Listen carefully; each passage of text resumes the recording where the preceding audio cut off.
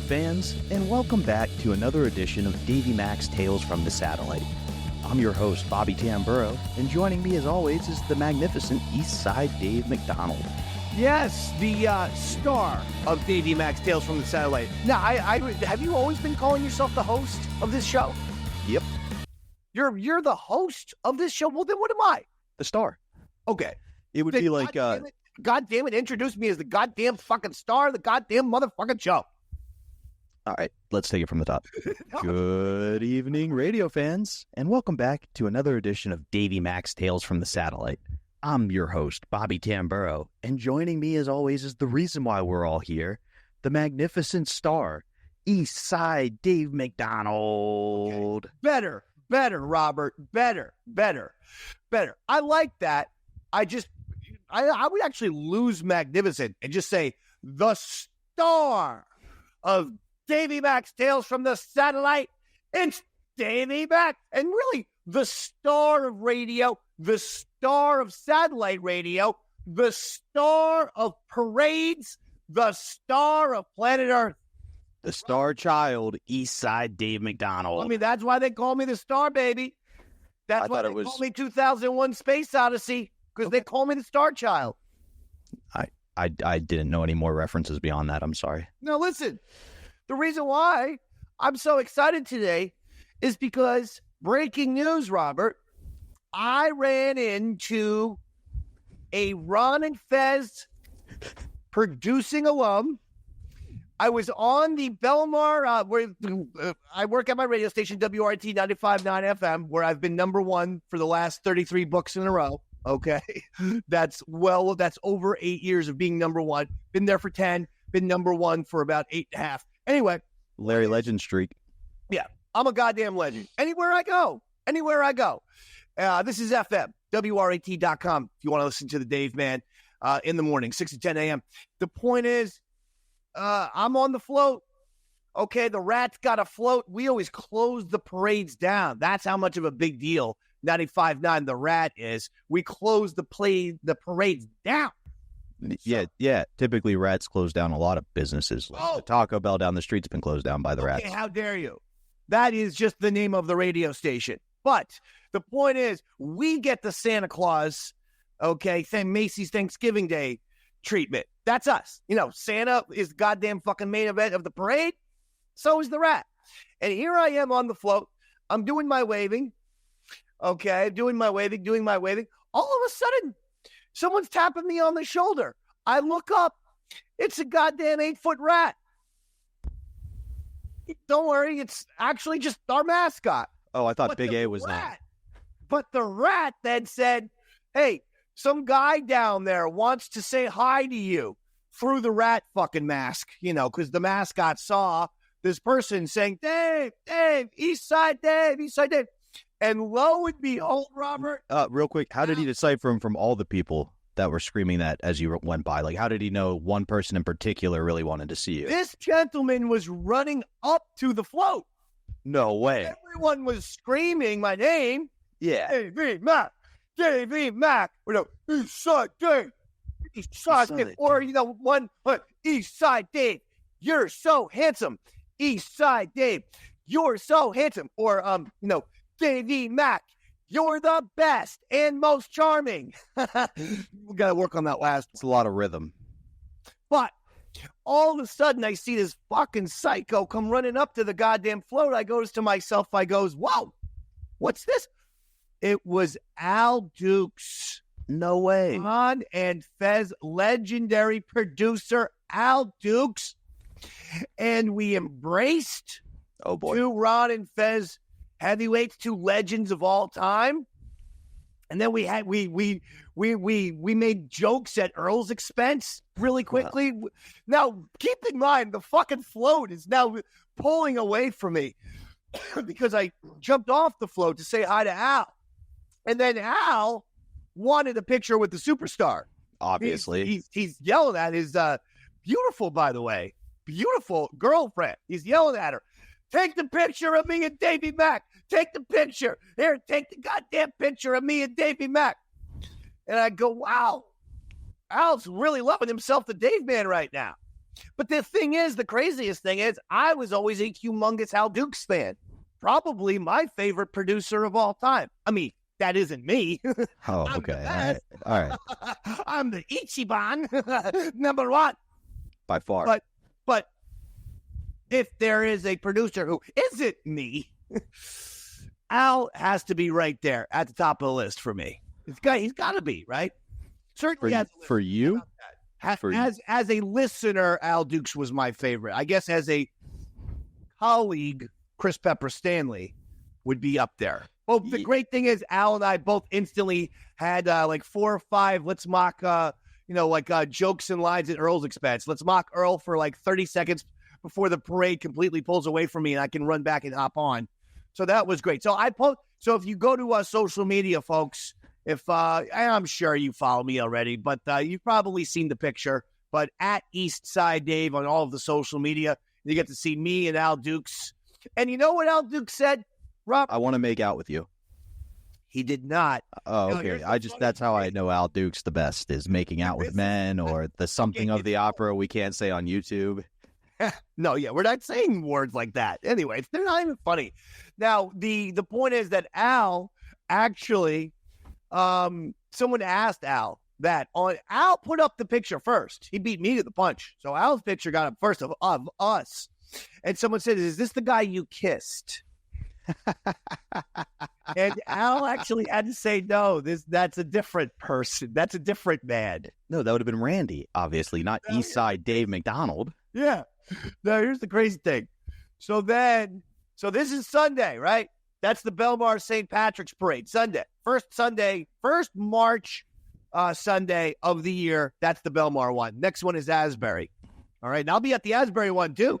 If you want to see the Dave Man, we walk through the Asbury one, not a float for the Asbury one. The float only is with Belmar, and I think that's it. But on this one, we walk. Anyway, the point is this.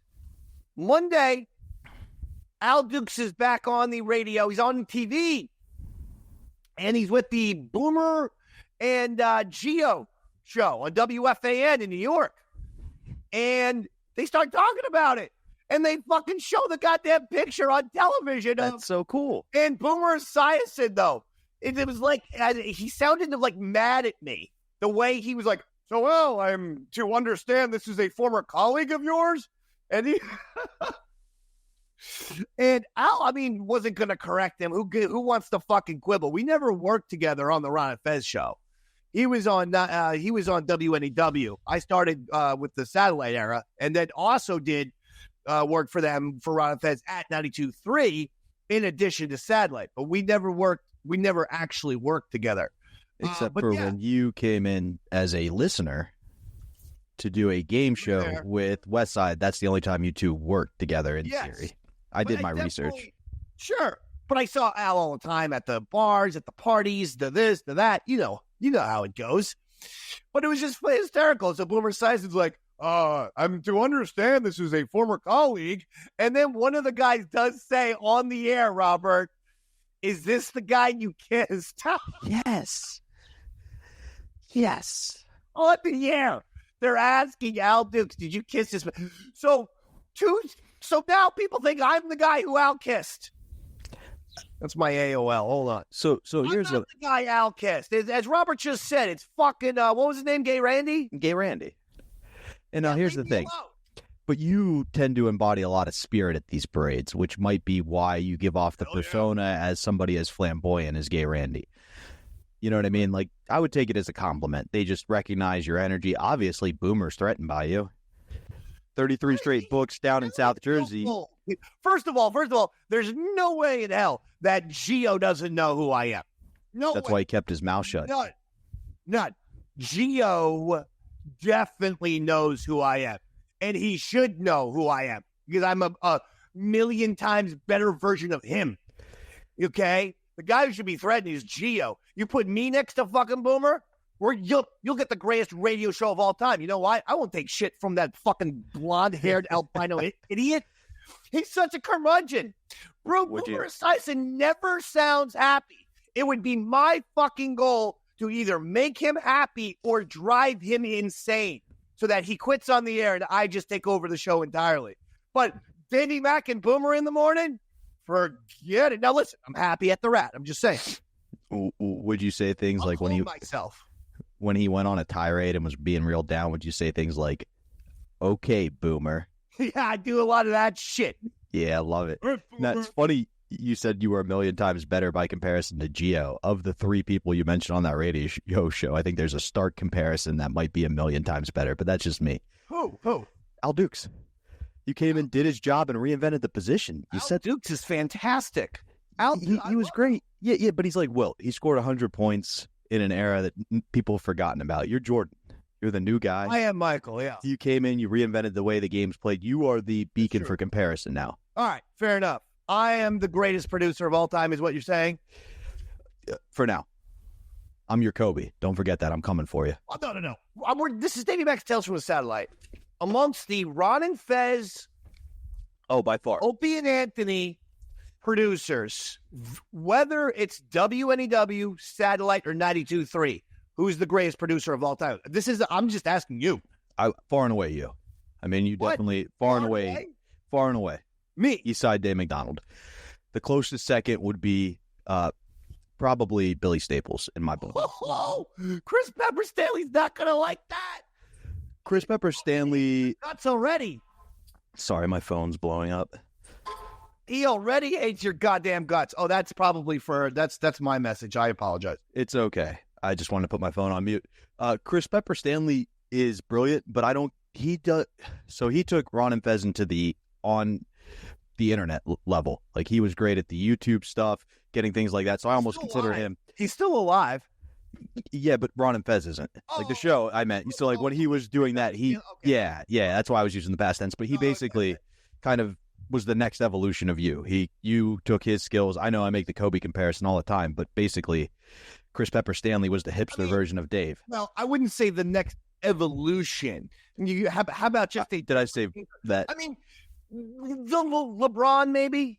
LeBron, okay, yeah. That's my point. Yeah, but who's MJ? Dave. All right. And who's Kobe? You claim to be. Okay, well, I don't like how quickly I said Dave was Jordan and you said I claim to be Kobe. You are. I'm trying to make you Kobe.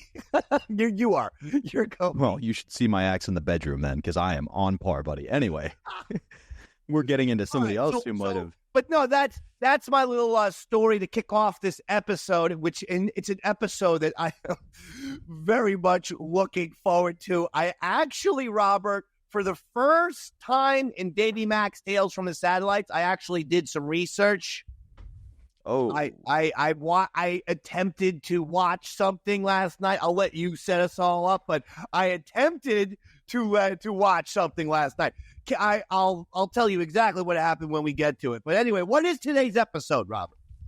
Today we are going to discuss a story as old as time. The critic attempts the art and is left with failure, which is basically, we saw Siskel and Ebert. I believe one of those idiots made a movie. Nobody really liked it. Roger Ebert wrote Valley of the Dolls or some shit like that. And the funniest thing was Siskel destroyed it, and Ebert would always get fucking pissed off at that every single time that shit came up. He'd be like, what the fuck was that, Gene? And believe it or not, we see a very similar comparison in today's story as Paul O, the movie critic, attempts to make a movie, and his counterpart, Roberto, shits all over it. You know what's interesting? There is actually a similarity to Paulo's film Gap and the Ebert movie, because they're both like really shitty horror snuff films. Like what they are, sex snuff type of fucking shitty movies. It's basically like they got so many levels and so many layers that it circled back to just being a shitty movie again. Like they went too far with the creativity and everything. In Cisco's case. In Paulo's case, I don't know if there was a capability to produce something good. Now, Paulo is another one of my favorites, okay? Paulo was the Ron and Fez film critic, all right? And he used to do his reviews, but then they would have a comedy pyramid where you could do Oscar blurbs. And, So you call up and you have like a fun little thing to say about Paulo and everything like that. And it's Oscars at the Oscars. But I always loved Paulo. I was always very entertained by him. Like maybe it was his voice. And that's even before the Gail O insanity, his wife who would yell at him. Oh, well, we're going to get into some Gail O talk today. Don't worry, buddy. I know you're excited. I know you did some research. I am. I'm very excited. All right. I'll let you lead. But I just wanted to give a little background of the Paulo Callahan, actually is his name. Absolutely. And if you search him on certain AI bots, they do know that, and they do note that. But my favorite part was we are discussing, of course, the movie Paulo made with the help of Ron and Fez, which was The Gap. Not The Gap, Gap. Just Gap. Because they were worried that Ron's first point was like, hey, we're going to get sued. He had to get rid of the word the, legit. Yeah. That's why it had to be called. Everyone was asking him, like, even at the time, it's like, this is a horror movie, and you're calling it Gap. Like, The Gap? Like, what? No. There's something already very, very famous. And at that time, there were so many fucking Gap commercials. It was always Gap commercial, this, Gap commercial, that. This was before they tried to be cool again. Like, they were the Old Navy competitor, and then they tried to compete with, like, Abercrombie and Fitch. Yeah, they were on TV all the time. Yeah. Which is nuts. The movie, we hear Ron come up with several better suggestions for the name. They're some of my favorite parts of this. But before we get into all that, this basically starts with, like you said, let's go to the movies with Paulo. What was the official name of the bit? Do you remember? I think that's it. I think it's Oscar Blurbs or Oscar Blurbs, whatever segment. Yeah. At the movies with Paulo, something like that. So they play the blurb, and then Ron goes, yeah, there are no good movies in theaters this week, but you have a business idea, right? And Paulo goes, well, like, I do have some movies to talk about. And Ron's like, yeah, they all suck. And he attempts to be like, scary movie. And Ron's like, yeah, I've never seen one of those. All that stuff. And kind of shits on it and moves on. He's like, what is your business idea? So Paulo explains that ever since he started getting into film, he had an idea for 2 different movies. The first was like some low-budget horror film. And the second one was a very big-budget Hollywood feature. Okay, well, the latter is a fucking pipe dream. What goddamn movie studio is going to give Paulo a fucking $150 million? But this is what he calls up with. It would go up his nose. Oh, yeah. It's not going to happen. Now, as far as low-budget horror movie, all right, that's what he can accomplish. That's what Gap was trying to do, is to, let's see if Paulo could actually make a movie. And at this point, Gail O, his wife, had started to slide down the hill psychologically. She had several meltdowns when the cops had to come to her house while she was on air with Paulo. Gail O was a very unique individual. She also did not care for Paulo's phone calls into Ron and Fez, and would oftentimes scream at him from across the room or from the other floor. I don't even fucking know, but she would just be screaming at poor Paulo about, get off the phone. She doesn't like Ron Fez. At one point in this, Paulo goes, I think she was running an errand for the dogs. And then he hears her banging around and goes, oh shit, she went to the liquor store. I gotta go. And like Ron goes to break because clearly it was a real issue. But yeah, Gail was great. Gail was a classic. I met her one time. I told man, that story, right? Yeah, I think you did. But I think we get into the when you met her on here, don't we? And then go ahead. But so Paul goes that, and Ron goes, okay, well, why are you calling us? You want us to finance it? Is that what you're doing? Calling me for some money? And Paulo's kind of like, no, I need fans, friends of the show, like. Because I have this weird idea that basically you have to sign on to without knowing what it is, and then you can't tell anybody once you're in the project. And right away, Ron goes, okay, so you're making a found footage movie, kind of like Blair Witch Project, where you don't want any of these people seen in public because you're going to make it seem like it was a real snuff film. And there's a 5-minute pause. It feels like 5 minutes, and then Paulo goes, well, no, I'm not giving the details away. And Ron goes, that's what it is. That's it. That is the movie. It's like it's supposed to be like a documentary, like it's supposed to be, I believe it's supposed to be a documentary, one of those mockumentaries, fake documentaries, whatever the fuck. And then it goes into, crazy horror time. Kind of feels like the Blair Witch Project right away. And as I guess so. Ron starts pulling some of the details out, like he says, well, like, how are you going to edit it? And he's like, in the camera. So Ron goes, this is just the Blair Witch. Like, we're literally just doing the Blair Witch Project. But at some point, Gail O interrupts the conversation, having a meltdown. And Ron goes, that's the movie we should make. Just stick a camera on her forehead and leave it recording day in and day out, and we've got our movie.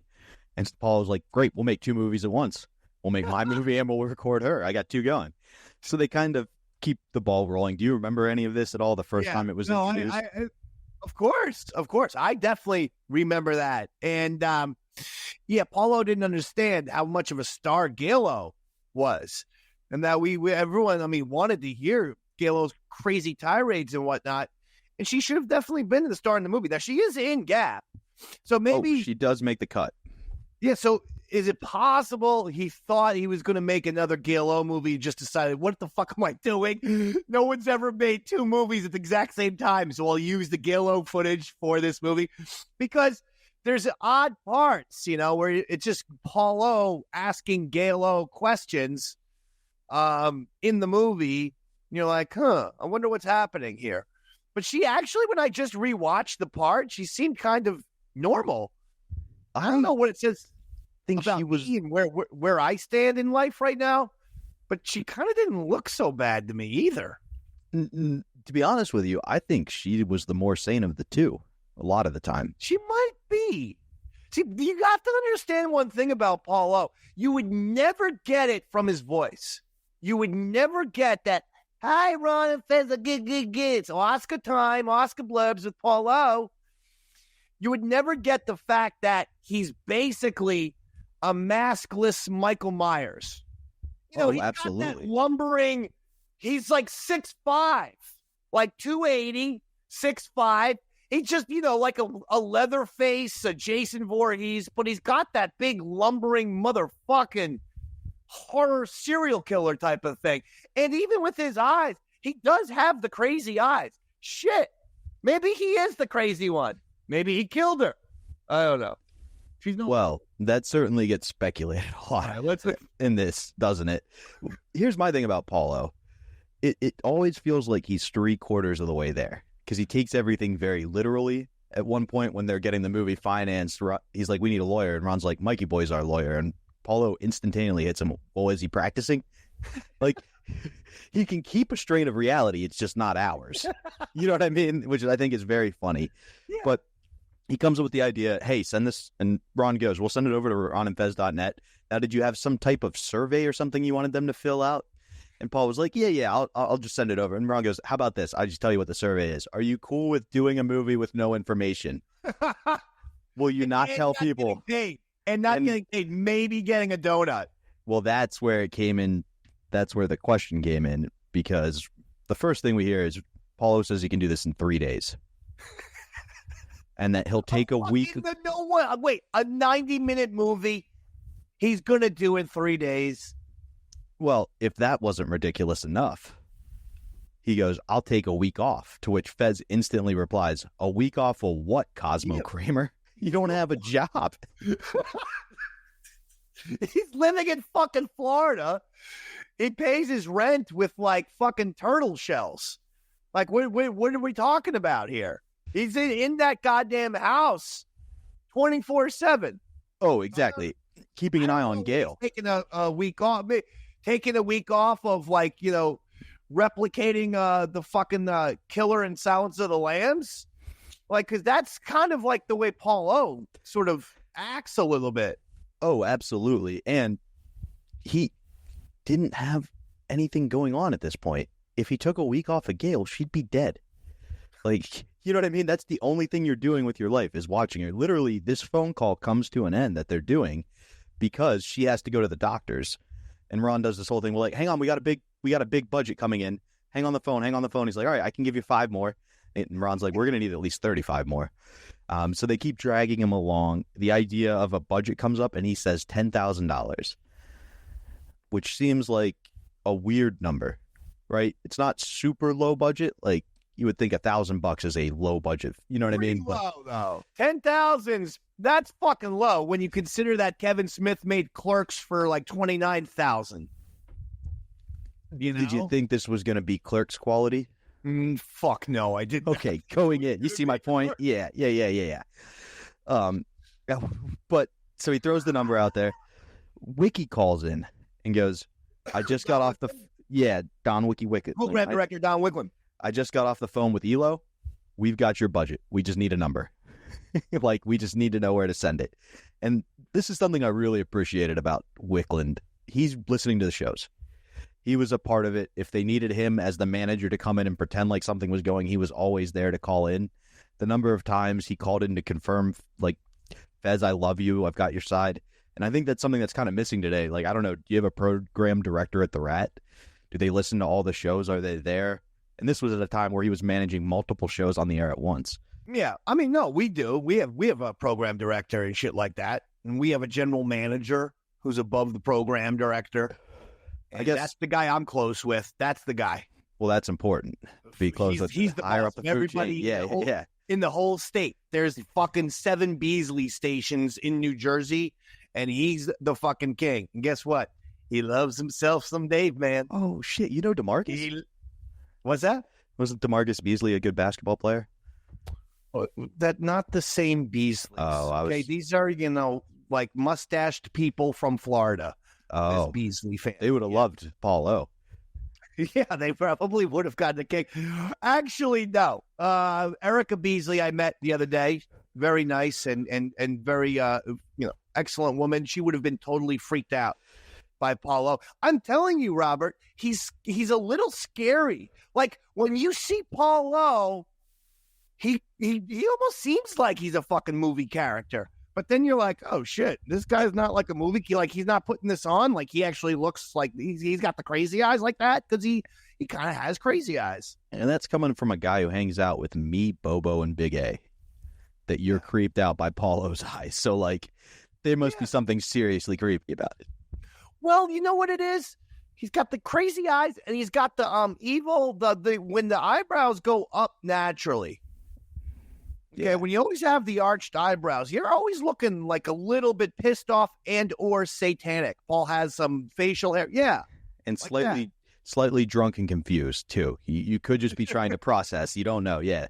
A very weird level of deadly. So at that point, Paulo's like, I got to go take Gail to the doctor. She's like, I'm going to kill myself if we don't go to, she's doing one of her things. And they end the show talking about how great Paulo used to be. Like Ron was talking about how back in the day his father-in-law would call and be like, that man makes your whole show and you don't pay him. You need to give him money and things like that. It's the second time they kind of reiterate this idea that Paulo's broke. And the show kind of ends there. It gets sent over to the ronandfez.net and it gets a bunch of responses. Yep. And my concern at this point is it seems like my fear is I may be becoming Paulo. Like I contribute a lot to your shows. I help you do things. Me. You. Yeah, I'm concerned. I'm going a little crazy. You are? You just saw my crazy eyes. It matched Paulo's. No, I'm just kidding. Keep it together. I also make no money. It's just like, oh God. Here is Paulo. Paulo, your life's a movie. Your life's a movie, buddy. How are you? Hi, with you. Now, I understand you got no movies to talk about, but you got a business idea. Well, I do have movies to talk about, but I actually do have an idea. What movies do you have? Is there anything big coming out? I got The Hills Have Eyes. No. A remake. I've got The Shaggy Dog, which is no. a remake. I've got Failure to Launch with Sarah Jessica Parker and Matthew McConaughey. I've got The Libertine with Johnny Depp. Yeah, I don't want to talk about one of them. All right, let's get into this movie idea of yours. Okay. What do you got for us? I have not talked to you or anybody about it, but I have been thinking about it for the last couple of weeks. I've actually been thinking about it for a few years. Mm-hmm. I have my ultra-big blockbuster idea, which is top secret, and I also have my ultra-low-budget idea, which is top secret. And it would cost very little to do, and I can't talk too much about it except that it's in the horror vein, which is so popular and makes a lot of money. Why do you want to bring it up to us? Do you want us to invest? Well, what I'm thinking is that it's kind of an odd project and not very typical. What I need are 5 it could be shot in like a week or a weekend. Actually, I need 5 people. I need like a kind of a questionnaire to be answered about, someone. What could we do for you? What are you looking for? Why bring this up to us? I wasn't actually going to discuss it on the air. I just thought I would discuss it maybe for a little while. So you're looking for Fez and I to come up with some money? Should we put together a party of investors, get a hold of our very wealthy friends, Opie and Anthony, and we all sit down and go over this? What I'm saying is that it could be done very cheaply. What the most important thing about this is that once the project gets going, it has to remain top secret. And the most important, and maybe the most expensive thing about the movie is writing up the contracts that nobody can talk about their participation in the movie for a year. It's got to be totally quiet because this will be stolen. Is there a part for Little Lene? It's not only that it's stolen, it's that it once it's made, it has to sort of go off on its own trajectory by itself. So it can't even be distributed. It can be distributed. It has to ferment. But it can't be, it'll sort of be, once it's made, then everybody has to keep quiet about it, and it goes off on its own and distributed in kind of any way you want. But it's kind of hard to discuss without revealing things about because you want to make it seem like a snuff film. Like those people are actually dead. Thank you. That's fucking real difficult to come up with. Not discussing like, anything. Oh, look. Hey, look, I found a snuff film. Look, watch, everyone. And then after a year and Polo collects his money, people come running out. It's who else has that fucking idea? Every film student in America, Polo. No, well, first of all, there's a lot of things that I'm not discussing anything. I'm not acknowledging anything that you're saying, though there are some interesting there are some things about this that have to do with the culture and what's going on in society. But again, I don't want to reveal too much about the movie. But I mean, it's not expensive to make, and that was my idea. Yeah, sure, snuff film, sure. Well, let's kill him for real. You said that'll be the twist. That I didn't say anything, but it's interesting that you would say that. It has some validity, your remark. But I mean, I'm not going to say that has any. That's a major part of this film at all. No. So but you've given up on films. It is along the lines of Saw and Hostel and all these films that do pretty well, make a big money and are pretty cheap to make. I know you could shoot it in your house, that hellhole. Well, actually, that should cut down on the budget. Actually, everybody who's involved, I mean, from anyone who's involved has to sort of, sign. I mean, kind of a confidentiality. I don't want anybody to even know that I know you. That's where I want to be. That's what I want to happen. Ryan, you're on Ron Fez. What's up, buddy? Hey, buddy. Hey, Paulo, this sounds like an real original idea, but I got an idea of a lonely film critic in Florida who goes crazy and killed his fat, crazy old wife. What about this, Polo? Here's my idea for a film. Yes. You don't give your wife her meds. Roll film. And action. And we just fucking follow that. I understand. How about this? Where is she today? She's here. We're getting ready for a doctor's appointment. How's she feeling? Is she crazy again, or is she taking all her meds? First of all, she's starting on a new one, and she sort of mixes them up, and it gets very confusing to tell which one is affecting her the most. The new thing in the mix is Elavil. What's that do? I assume it elevates you in some way. That's the town she's from. Because of the Ella. The Ella makes him feel like, I guess this is going to make you feel up. So she tends to be very up, but then if you say anything to disagree with her, like no more Elavil, she goes completely ballistic. Don't go back to Elavil. In a different direction. I want those bastards put in jail. They came to my house. I want those bastards. Get them off the phone. Those f***ing sons of f***ing goddamn garbage. Obviously, he gives a more about you than anybody else. Polo. Yes, sir. Let's try to get her aggravated today. You don't think I can get... Fire her up for me, brother. Like the old days when people liked you. Can I walk away for 1 minute? Yeah.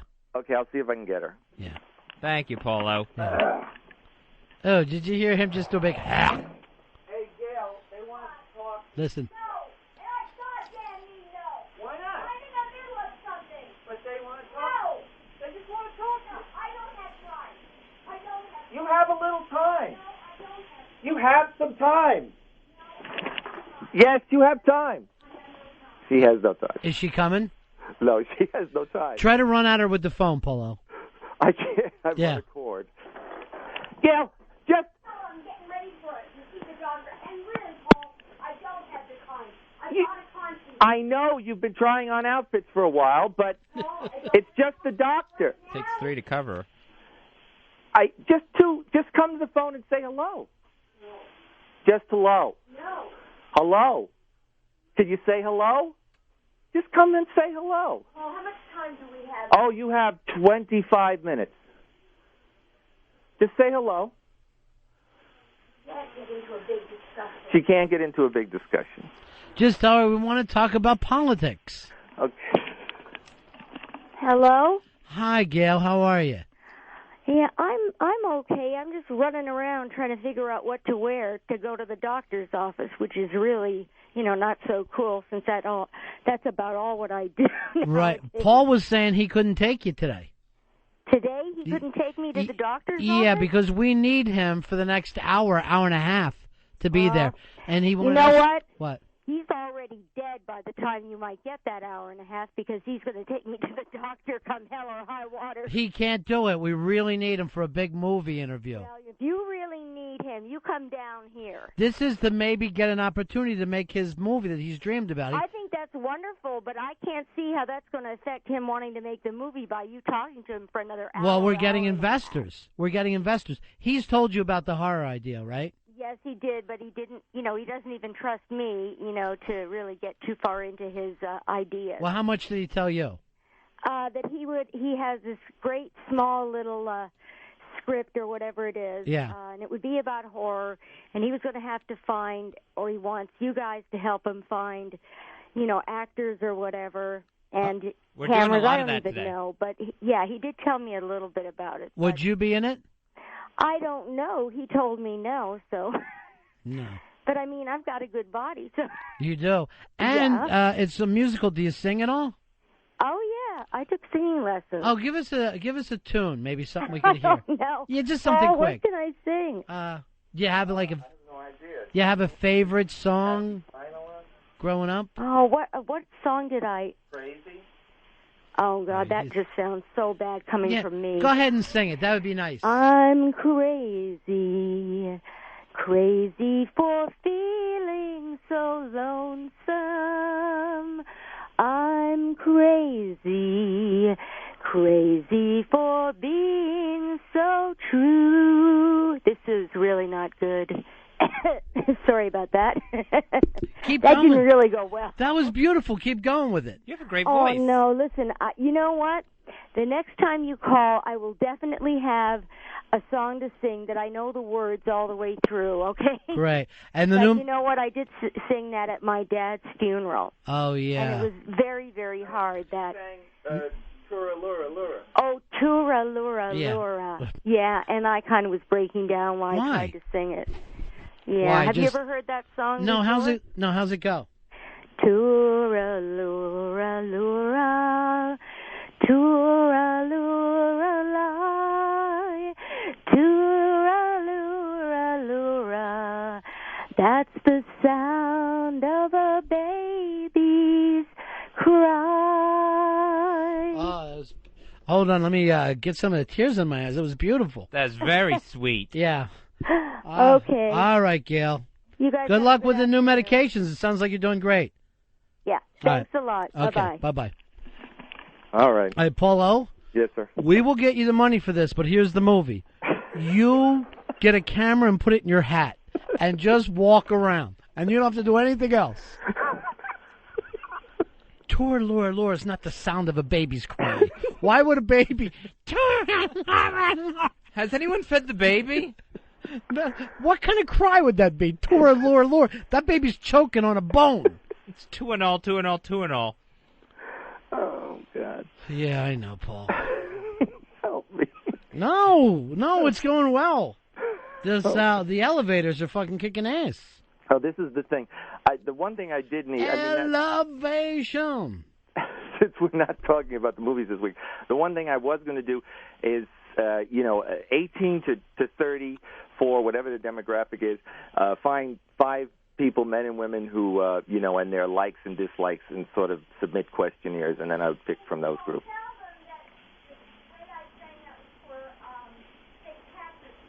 St. Patrick's Day, right? Right. Okay. Ask her if she'll learn "I Love Rock and Roll" by Joan Jett for me. Will you do a Joan Jett song? Will you do a Joan Jett song? I don't know. I Love Rock and Roll? Well, I know that it starts off I love rock and roll, but I don't know what comes after that. Yeah, I know. Yeah. What about just Bad Reputation? Anything really at all that she wants to do is fine with me. All right. Well, why don't we talk to Mikey Boy, and we'll see if RonFez.net can't get some people for your movie. Uh-huh. You know? I was just thinking sometime maybe in June, I just take a week off and hammer it out. A week off from what, Cosmo Kramer? A week off from nothing. Everything's made on this digital video today. Right. So I'm going to take a week off from watching film and write a film. I understand. And because, the big budget blockbuster movie, I need a mentor with a big shot Hollywood guy. Paulo. Yes. Tie your camera to your hat. Okay. Talk to your wife. 2 hours later, fucking transfer that to film, hand it over to AMC, and make a fortune. You don't even edit. Grizzly woman, you got your movie. At the end, when she eats you, I'll fucking come on and do a voiceover. That's a good movie. Again, this week's films, The Hills Have Eyes and The Shaggy Who Dog. cares? Hey, did you see Don't Come Knocking? What do you think about this? Oh. A nice outfit, dear. What's she wearing? It's a red pantsuit, like a burgundy pantsuit. No, it's like a ballerina. Like a ballerina. But it's a pantsuit, Gail. It's a one-piece pantsuit. Jacket over the ballerina. I know, but it's like a one-piece one-piece unitard. for elite Ballerinas. Okay. All right, where's she going? To the ballet today, Paulo? What is No, she doing? likes to Nutcracker? She likes to impress her doctors. I don't know. Sure. Those dancing hippos from the Disney movie. Yeah, The Hills Have Eyes actually pretty Who cares? No one fucking cares. All I want to see is Failure to Launch, the Billy Staples story featuring Matthew McConaughey. No. Well, things are looking up for you. Mm-hmm. I was just kidding. But more importantly, before we move on, we got to go back to, was Paulo, like, always a staple of the show? I know as long as you. Oh, yeah. You mentioned you were a fan of him from the beginning. Well, he definitely started with Ron and Ron, because that was the Florida connection, right? And then he would still definitely call up when they got to WNEW, he was doing the Oscar blurbs, because I would call in with an Oscar blurb. I like comedy pyramids. In fact, I was probably the greatest comedy pyramid assassin in my personal opinion. I would imagine so. I haven't heard enough of the old shows to know for certain, but from what I've heard, absolutely. Yeah. But Paulo would still call and do all the movie stuff. And when they went to JFK in Washington, D.C., I'm pretty sure he still called. Oh, absolutely. Come over from JFK to Satellite. And he would still call up and do the things. Yeah. Because his calls were great. You think about if fucking Joel Siegel was trying to do a movie review, and his fucking batshit crazy ass wife is screaming at him in the background. Who wouldn't fucking want to watch that? Oh, absolutely. The greatest goddamn, in today. 1,000%. Critic should rip that off. Oh, yeah, absolutely. Where he's just trying to talk about it, to whatever, his YouTube audience or some shit, but he can't get a fucking word out because the wife is still screaming at him and telling him how much she hates him and she's going to kill him and stuff like that. It was fantastic stuff. So, yeah, Paulo was definitely always a staple, as long as I can recall. Now, what was your first impression when you heard Paulo? What did you think of him the first time around and the first time you met him, I guess? I liked his voice. The voice is something that I can get into, and kind of reminded me. He can't be from Florida originally, can he?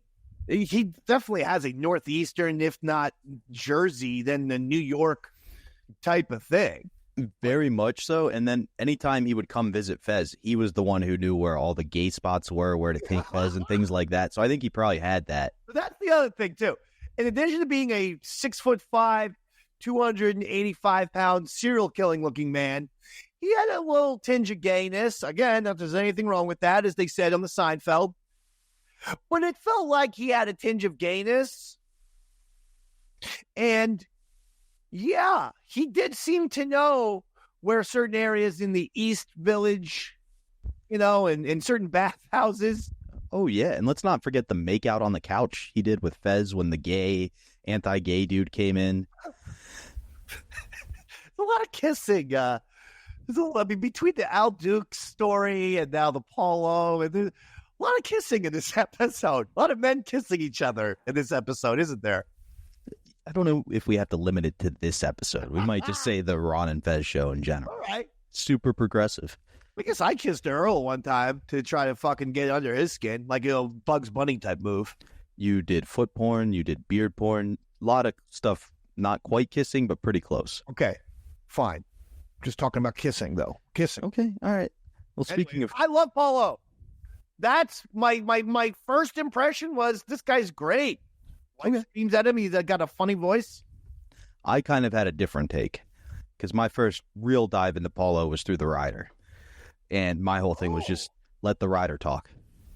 Like, stop interrupting so for me, it became a bit of an acquired, like, whiskey. And then you started to find some of the quick one-liners Paulo has and things like that. So, But he was also like, it was just kind of funny the way they nothing ever was going his way. And yet he did kind of just, I give him props on that. He just forges up ahead. He doesn't fucking care. It's just the whole goddamn planet could be blowing up right at his feet. And he's just going to keep going ahead. Just keep swimming. That's him. He's like fucking Finding Nemo character. He's just going to keep swimming, that Paulo. And at some point in this, the craziness of him and his life, he started saying was part of the method acting to get into character for the movie, which is always a fun excuse. Like, if I could play like a guy who does a bunch of steroids and fun drugs, you know what I mean? Like, I would love to be like, I'm method acting. That's why I got, I know. It's bullshit. So method acting. Mikey Boy does post it that they're looking for people, the survey and everything over on ronandfez.net, and they get a lot of answers. So when Paulo calls in the next week to do his Oscar movie talk, they're ready to talk about this. But before they can get into that, we learn that Gail has been threatening to commit suicide because the dogs are sick. Right. She was very close to those dogs. I believe she had 2 dogs. I want to say it was 2. I think it was 2. Yeah, I'm pretty sure it was 2. She loved those dogs very, very much. And yeah, it was going to be a Romeo and Juliet type of scenario, only with a little, twist of bestiality as the love of her life for dogs. Absolutely. Once they fucking go, she was going to drink some poison or some shit. To which Ron said, leave the house. When the wife starts bringing up suicide, just go for a nice long walk. But he also brings up his idea again. We should record this. This will be great footage. Now, it does beg the question, why did Paul stay with Gail O, Dave? She was clearly crazy. Oh, he's crazy too, Robert. And again, if you saw these 2 people in public, you would probably think Gail O is the more sane one. Listening to them on the radio, even with her meltdowns, I think Gail O's the more sane one. Well, that's why he stayed with her. Like she seemed normal, but see, he's crazy too. That's the point. That's why he stayed with her. Okay, because this is where some of the speculation comes in. A lot of people said Gail O and her parents lived in a house.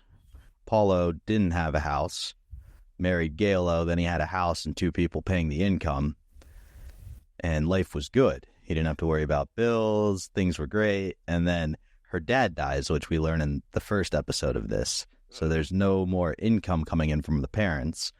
And things start to slide downhill. Oh, fuck. You see what I'm saying? Like, that was part of the theory of what was going on with Paulo's life, right? Because they do the whole thing about singing a song to her dad. She was singing some Irish thing. Yep. Yeah. I think there was a rumor about that. I'd like to believe that at one point they were a happy couple. But I suppose staying with someone, yeah, that actually makes sense. She probably owned the house. Yep. And then once it was revealed how much she had been spending and all the debt, all of a sudden she got mysteriously sick and died. Isn't that weird? But we're continuing on. So they revisit Gap right away. Ron's like, hey, so I heard you got some help here. And this is when you start to see the cracks of things might not be going well for Paulo, because he starts to try to back out. He starts saying things like, well, I just want to make sure we do this all legally and make sure everybody gets the right percentage of their money back and all this stuff. And Ron's like, no, you just take the money and make the move. Like, what are you doing? You said you needed this stuff. We find out the main producer, Bobo, has put up a decent amount of the money. Not our Bobo, but Bo. The other Bobo with the big mustache. And the ukulele. Yeah. And then Ron does not want Paulo to continue saying that he's the executive producer of the movie. That Ron is the executive producer? That's how he's been getting a lot of backers, is by saying that he's the executive producer of the movie. And Ron's like, that's got to stop now.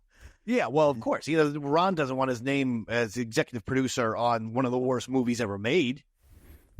Yeah, exactly. And then Ron reiterates that there's not going to be anyone getting paid for these movies, but a bunch of people call in and start to be like, I'm an actor, I can help. And Paulo finds a reason not to use their assistants. So, like, if they have cameras and stuff, he's like, well, there are lots of movie companies, so we'll see who will donate the best stuff. Like, so maybe he's running a little scam. You see, and that's where people start to say, because, he starts raising money, people call in. Ron's main concern is how big of a penis these gentlemen have. He's like, will it look good? Are you a fit young man? Well, because he's trying to kind of lean into the fact that Paul might be into. He might be into guys, and it's a valid question, especially if there's going to be any kind of nudity, I suppose, in the film. Yeah. And this was a very risque movie. So absolutely. And then Ron raises the red flag of the movie Gap. We're going to pause right here. I got to run to the bathroom quick. I'm sorry. You go to the bathroom? Fine. Then I'm going to go to the bathroom. You're not the only one going to the bathroom. Yeah, it's the Ron Fez show. It's Friday, movie day. Time to talk with Paulo. From the legendary Ron Fez Studios in a predominantly white neighborhood, Ron Fez presents Showtime with the Paulo.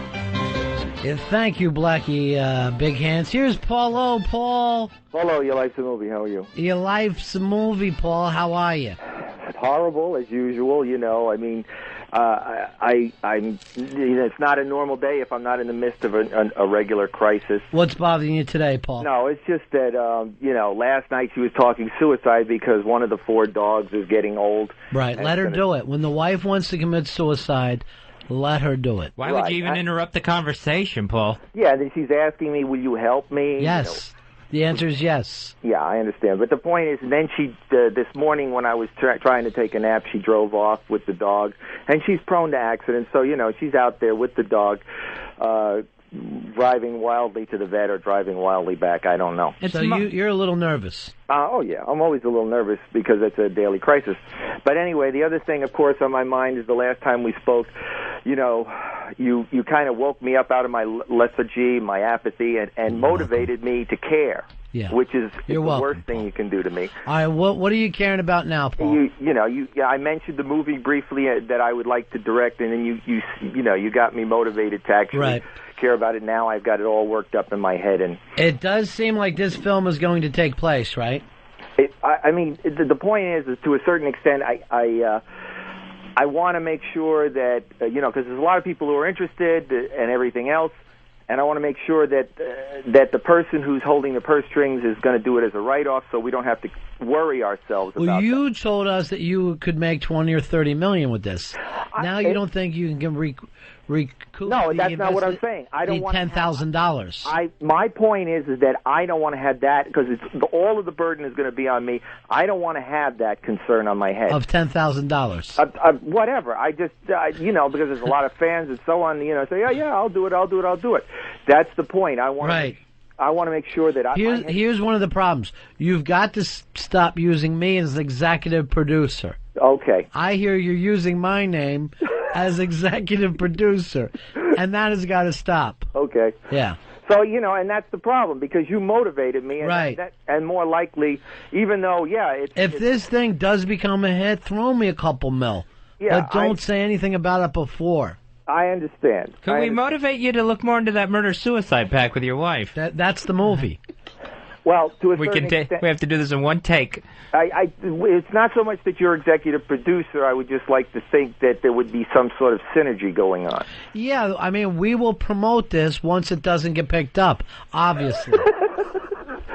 It's not, We will be laughing, and, I know Bobo's involved with you, right? Well, there's a whole bunch of people who've stepped up and say, yeah, great. Right. And, here's a really weird thing.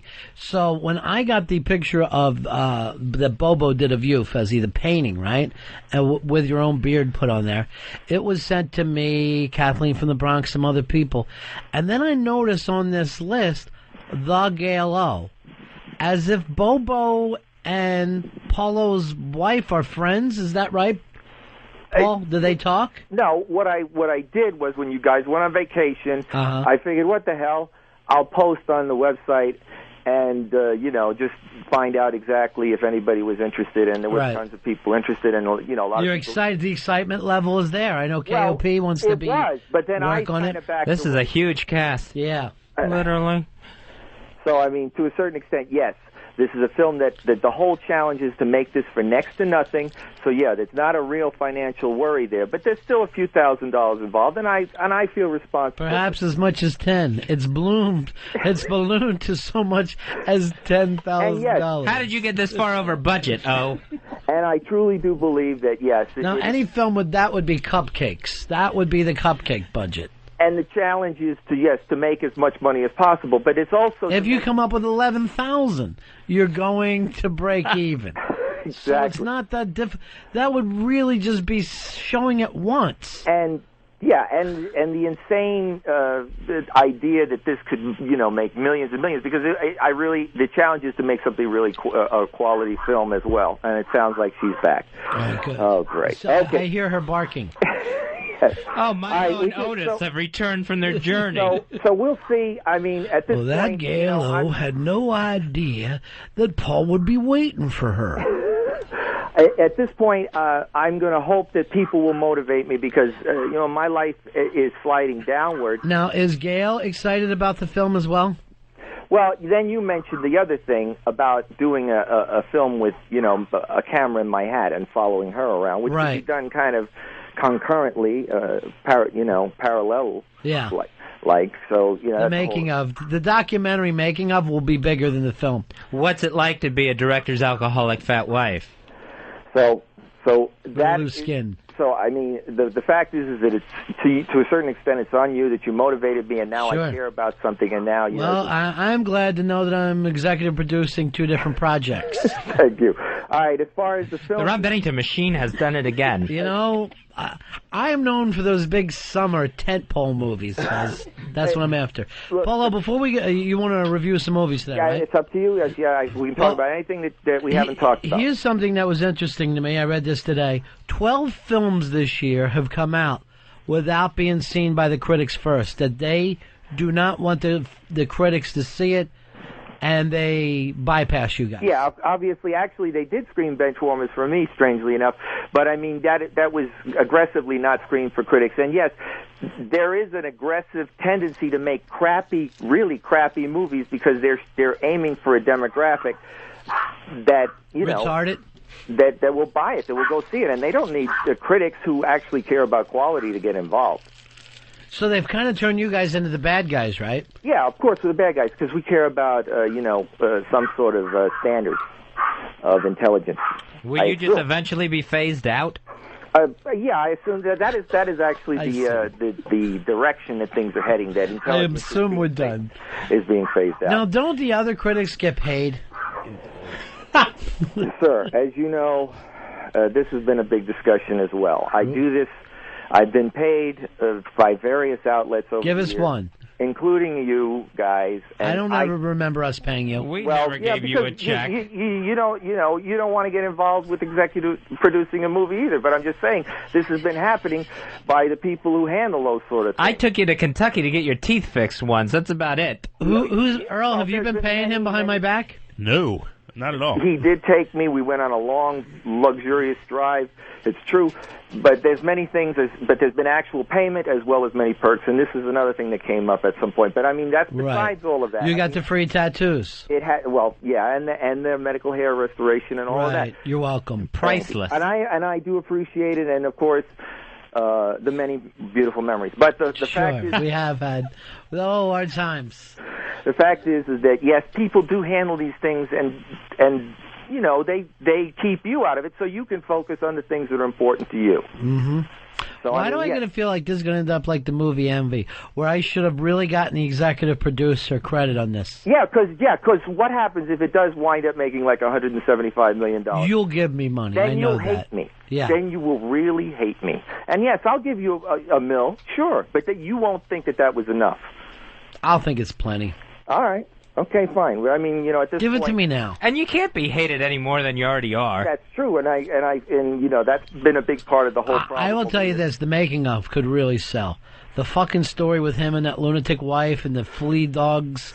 I think people would watch that. And of course, you know, then you've got a built-in extra for the DVD, or you could package them separately, whatever. But in any case, yeah, I'm happy to review movies this week. And yes, indeed, they don't care for if we review them. Nothing good's coming out, right? You know, the best thing that's come out recently was Thank You for Smoking. A lot of people who listen to this, please don't take drugs. She's not happy, and she's not normal anymore. She's so lonely, she's got no one left to lose. She wants to die before Christmas. You hope to die before Christmas? I hope so. She's afraid. I'm afraid that if I die before he will. And I think what's going to happen is he won't care at all. He won't care at all that you're gone. I'm gone. I'm gone. I'm gone. She's probably going to commit suicide. If you die first, I probably will commit suicide. Don't do it. Don't do it. Don't kill yourself. Kill someone else. Gail, you're gonna have to kill Paul. You'll have to do it while he's sleeping. Bang, bang, shoot him in the head while he's laying in bed. You can blame the medicine. The biggest problem is that she doesn't understand exactly how mentally ill she is. I am not that mentally ill. I have a bipolar disorder. That's nothing. It's not. It's a bipolar on top of a schizophrenia. No, I'm not schizophrenic, Paul. I'm dual. You've heard of what I'm saying. Yes. That's it. The doctor Dual wouldn't- personality. Yeah, you don't. taking You don't. I'm not psychotic, Paul. Biggest problem I have with most movies today is they're losing the sense of reality. You've got tape. Is your film going to have a sense of reality? Yeah, actually it is. Do you have a title yet for your film? I do have a title, but I'd rather not say it. Is it Negro, I only want to Please? say it to the executive producer. All right, I'll executive produce.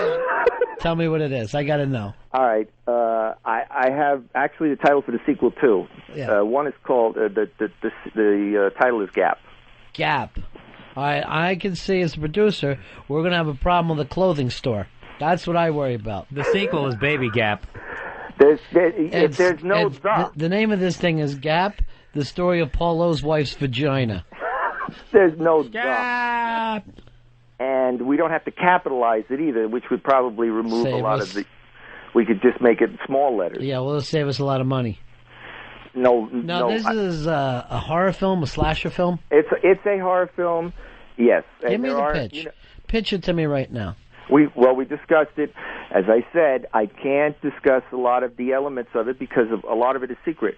You sort of said that you sort of guessed that it might be some sort of a snuff film. Right. Now, if we had to say who a perfect star was for this, who would it be? Well, as I said, part of the reality element of this film is that I need essentially complete unknowns. You can even audition actors for me if you choose to. All right. So far the cast is going to be Bits, Bronx Johnny, Eastside Dave, and Roberto. I'd use Roberto as the star. And it has to happen between 11 or 2, or these guys won't listen to me.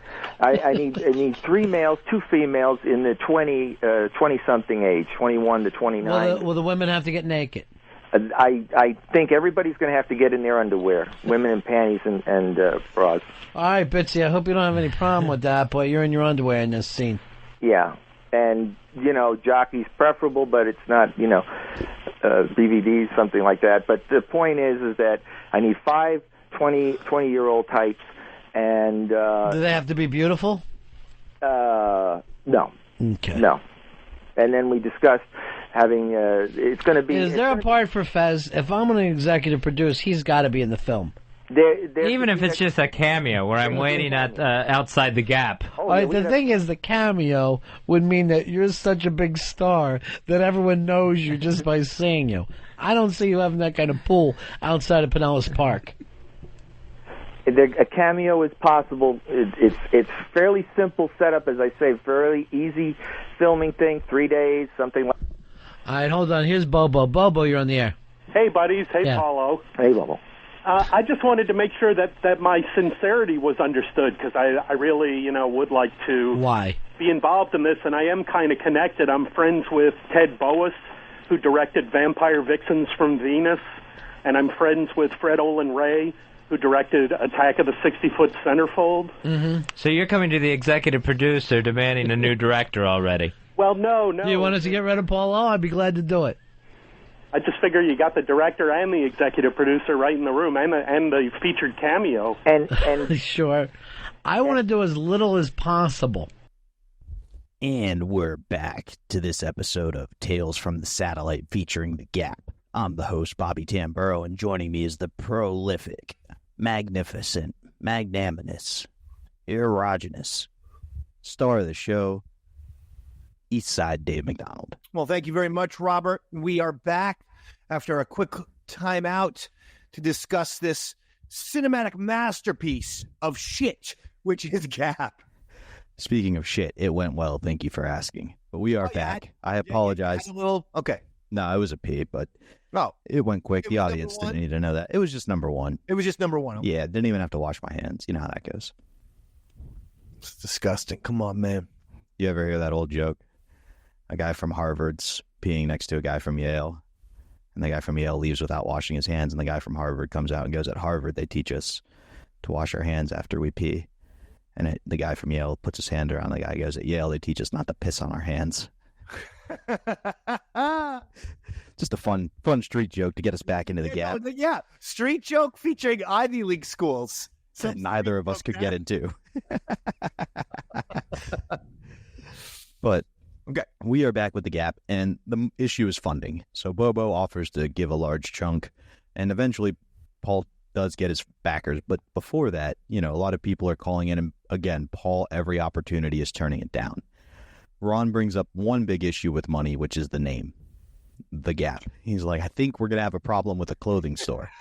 Have you considered calling the movie Bloody Cake? Man, I mean, seriously, a Gap, not only for the obvious trademark, infringement with the goddamn clothing store, but also just Gap. Like, it doesn't say fucking horror to me. It doesn't say horror at all. There's nothing about that. Yeah. I honestly think that title was the biggest problem with the whole goddamn fucking production. I would always tell Paul O, he need a new goddamn name. Okay. That was the biggest problem with the production? For me, it was. Okay, for me, branding is everything, man. For me, the first thing was the director. And then as we learn in this episode, and it really makes Ron angry, also the star of the movie.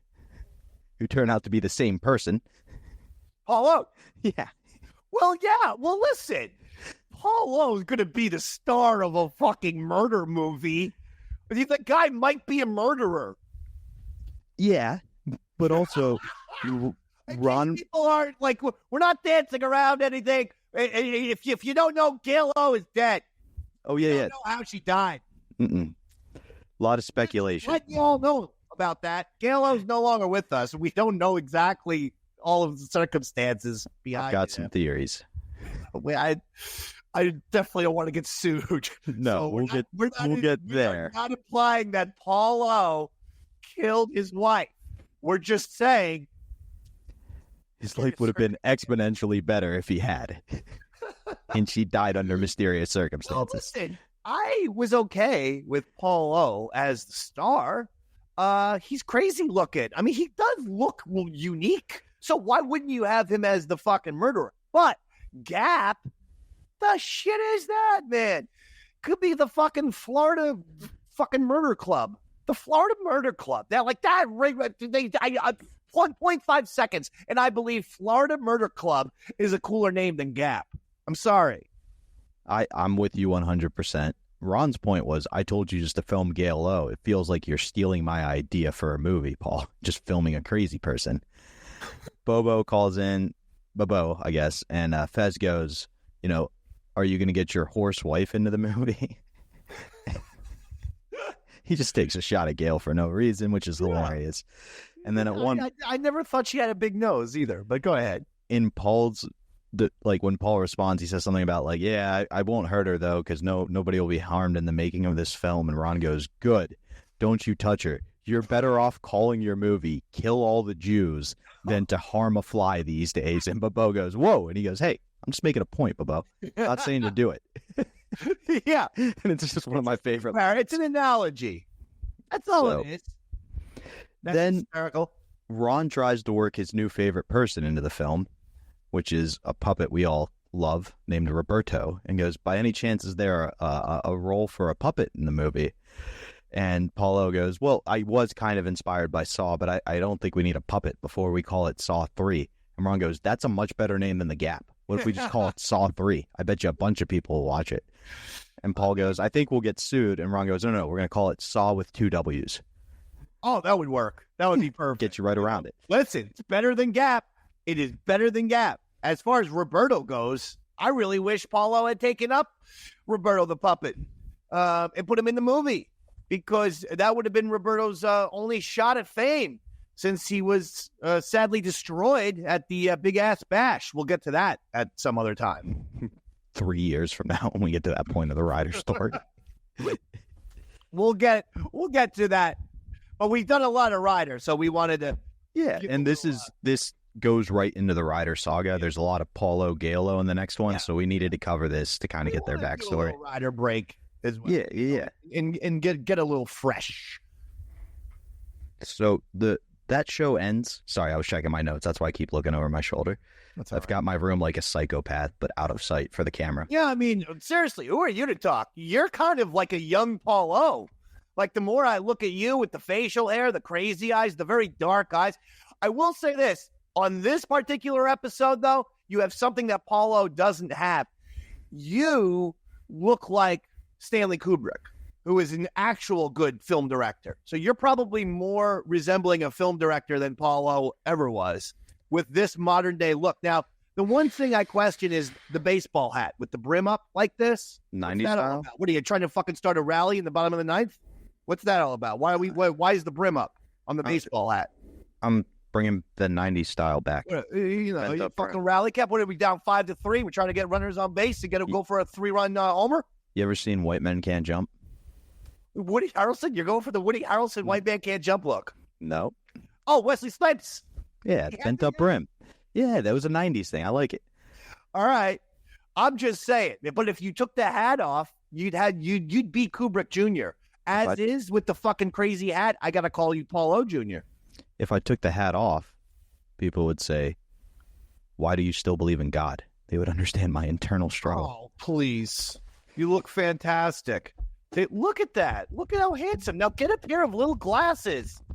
little tiny reading glasses. No, why does everybody associated with this show want to turn me into a decrepit old Jew? No, you don't have to do anything. Oh, good. Then I'm doing What it. I'd like to get is a do boy of some sort to handle a few little details. Like what? Earl can be our do boy. You know, just so I can call him and just say, could you check on this? Could you check on that? And maybe once a week. And he's, you know, I already talked to him once a week. Earl or Eastside Dave? Which one of you wants to be do boy? I know Earl, and I You feel more comfortable with him? I just know Earl. You know, we have a certain kinship. And Earl, I don't know whether you know this or not, Polo, he is becoming so connected with film. He's got us involved with the Tribeca Film Festival this year. We have directors in here all the time. I agree. Talking distribution with them. Now I'm suddenly starting to feel good about this. Now that I was able to lock down Fez Watley for a cameo, and it's really a rolling cameo. You're going to be in a few scenes. Now, a lot of the people have questions. Showing up on the bus. Just be ready for this, Fez. Your head's going to be cut off. You're going to be carrying it through a graveyard, and your line is, I want my cake. I want my bloody cake. I can nail that. Show. You know what? I'm even thinking about changing the name of this from Gap to Bloody Cake. I'll be glad to do Because a here's third my film in the 3 days. All right. Do you like cake, Fez? Yes. And I think most people do. Oh, sure. Yes. Are you afraid of blood? No. Yes, you are. Yeah. So go from something you're afraid of to something sweet. Scary. I want cake, but it's covered in blood. This has got everything, Bobo. And one of the things that I'd like Earl to check on is where I can get animal organs. Earl, do you know a pig farmer you can get on the line? Shetlands. Just go down to 14th I can Street. get that. You know what? I wouldn't mind doing something with Earl being on the cast. You have a part for a janitor or some kind of overnight security guard. I would like a railroad purser who frightens easily. All right, Earl, I want you to give me a reading, right? I just want you to say the line, "Feets don't fail me now," or "Lookity, lookity." Look at it. Oh, Jesus Christ. Look at the hair standing up on my arm. This is going to be fucking great. This will be nice, Polo, for him if he gets, this part and that credit. Special assistant to Mr. O. Has Earl ever revealed his age? Earl is elderly. I'm going to tell you right now, but Scatman Crothers and he played on the same wiffle ball team. Then he's out. If he's Because we need youngers. We got to have the youngers, yeah. We got to have them fuckable, as you like to say in the business. How about him just doing the final theme, the song? There's a gap in my heart that's filled with bloody cake. I just think that it's important that the concept that I have is strong, and it's all about, that the 20-year-old demographic is the core. We got to go after them.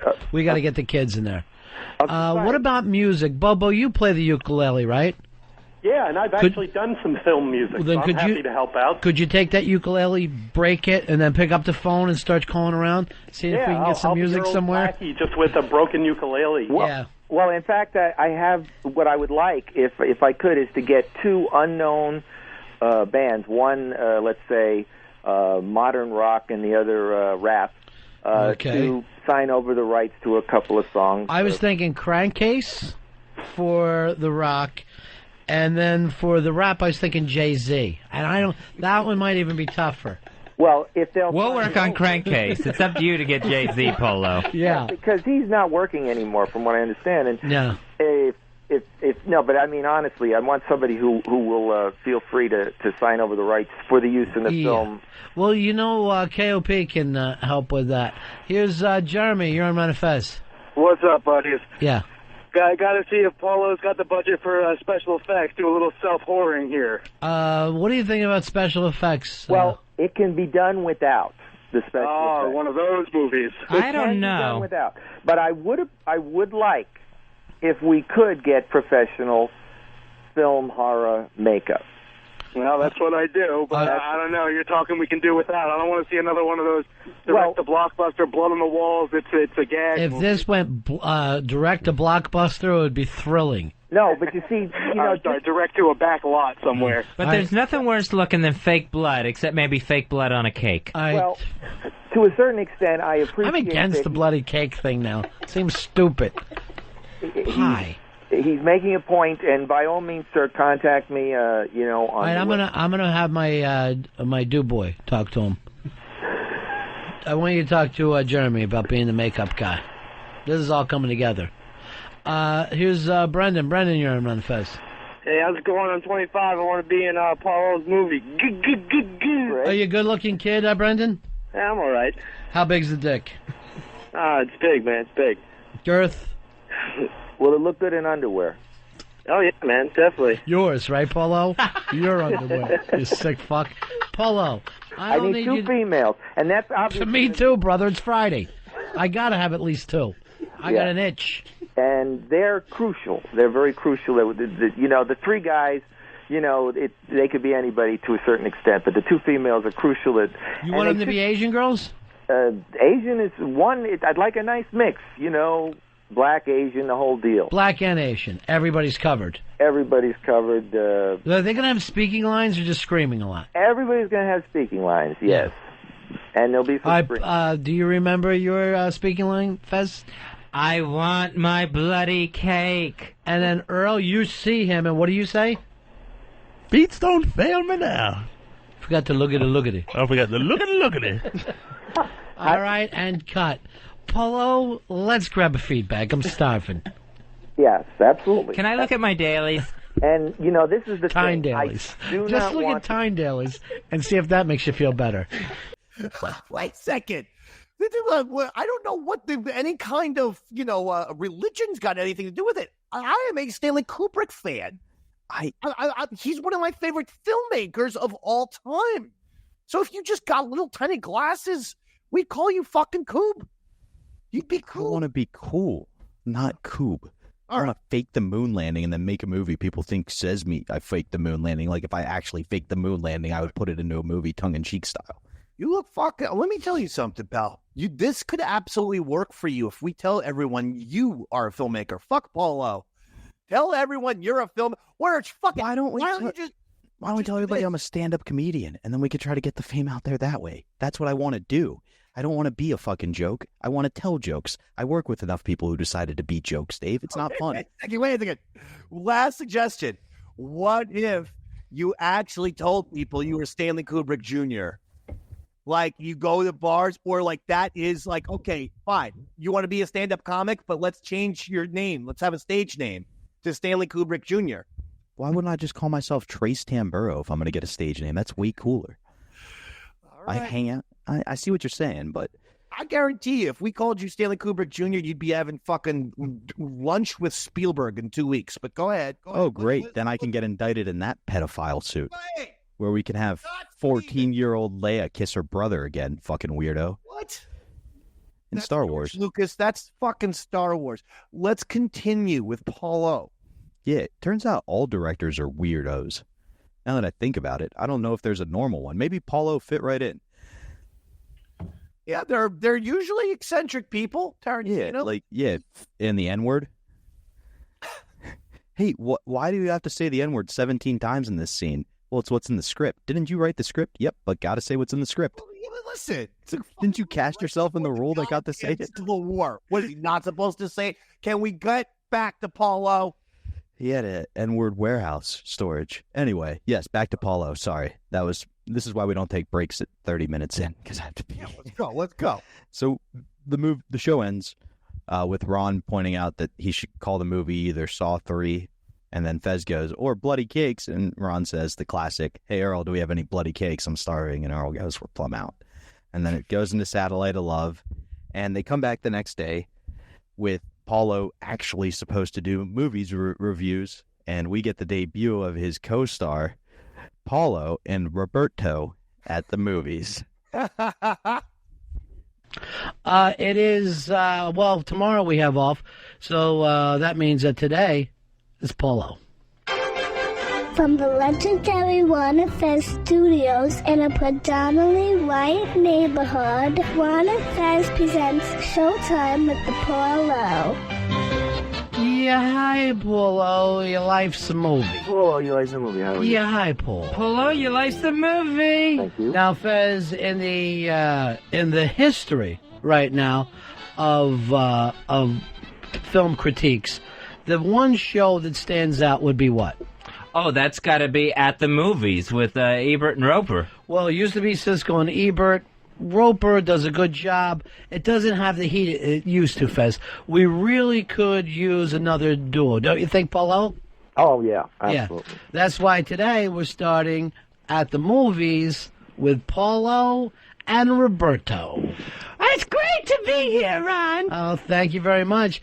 Roberto, did you say hi to Paulo? Hi, Paul. Hi, partner. How are you? Hello, Roberto. I'd like this segment to be called Movie Reviews by the Puppet and the Pussy. All right, easy, you two. Do I get a rim shot? No. Well, wait. I don't want constant rim shots during this show. Okay. Are you calling me a pussy? Is that... All right, easy. Easy, Paulo. He's just a puppet. Paulo, what films are coming out this weekend? Well, we're still not into the summer blockbuster season yet, so we got a, kind of a mixed bag. It's got Scary Movie 4 and The Wild, which is a Disney... I will say this. I never find myself really laughing hard at the Scary Movie things. Maybe it's because of seeing the airplane, but it does seem like we're just doing Mad Magazine jokes, right? I have never seen any of the Scary Movies. No. It's a cheap and easy franchise. It's perfectly acceptable for people to go out and laugh at, recent topical movie films. Yeah, we were out with the Weinstein brothers the other night, and they showed this to the crowd. Right, they were doing like a talk about what the new company is going to be like. So they show it to the crowd. And nobody laughed. And then they go, well, you're all a bunch of snobs. Because believe me, people show up to see these films. And I guess they're big with the little kids, right? Like, Oh, yeah, the high school set will be out there. And I used to love this kind of movies, too. Well, the Weinsteins are thrilled about this franchise because they're making a bunch of money off of it. Do you think the new Weinstein company has any chance it'll be as cool as the old Miramax? I doubt it, but... I have the feeling they're just going to be another studio now. I worry. The early hungry years are always the best. All right. I don't even know what that means, but I have a comment about Scary Movie. Go ahead, Roberto.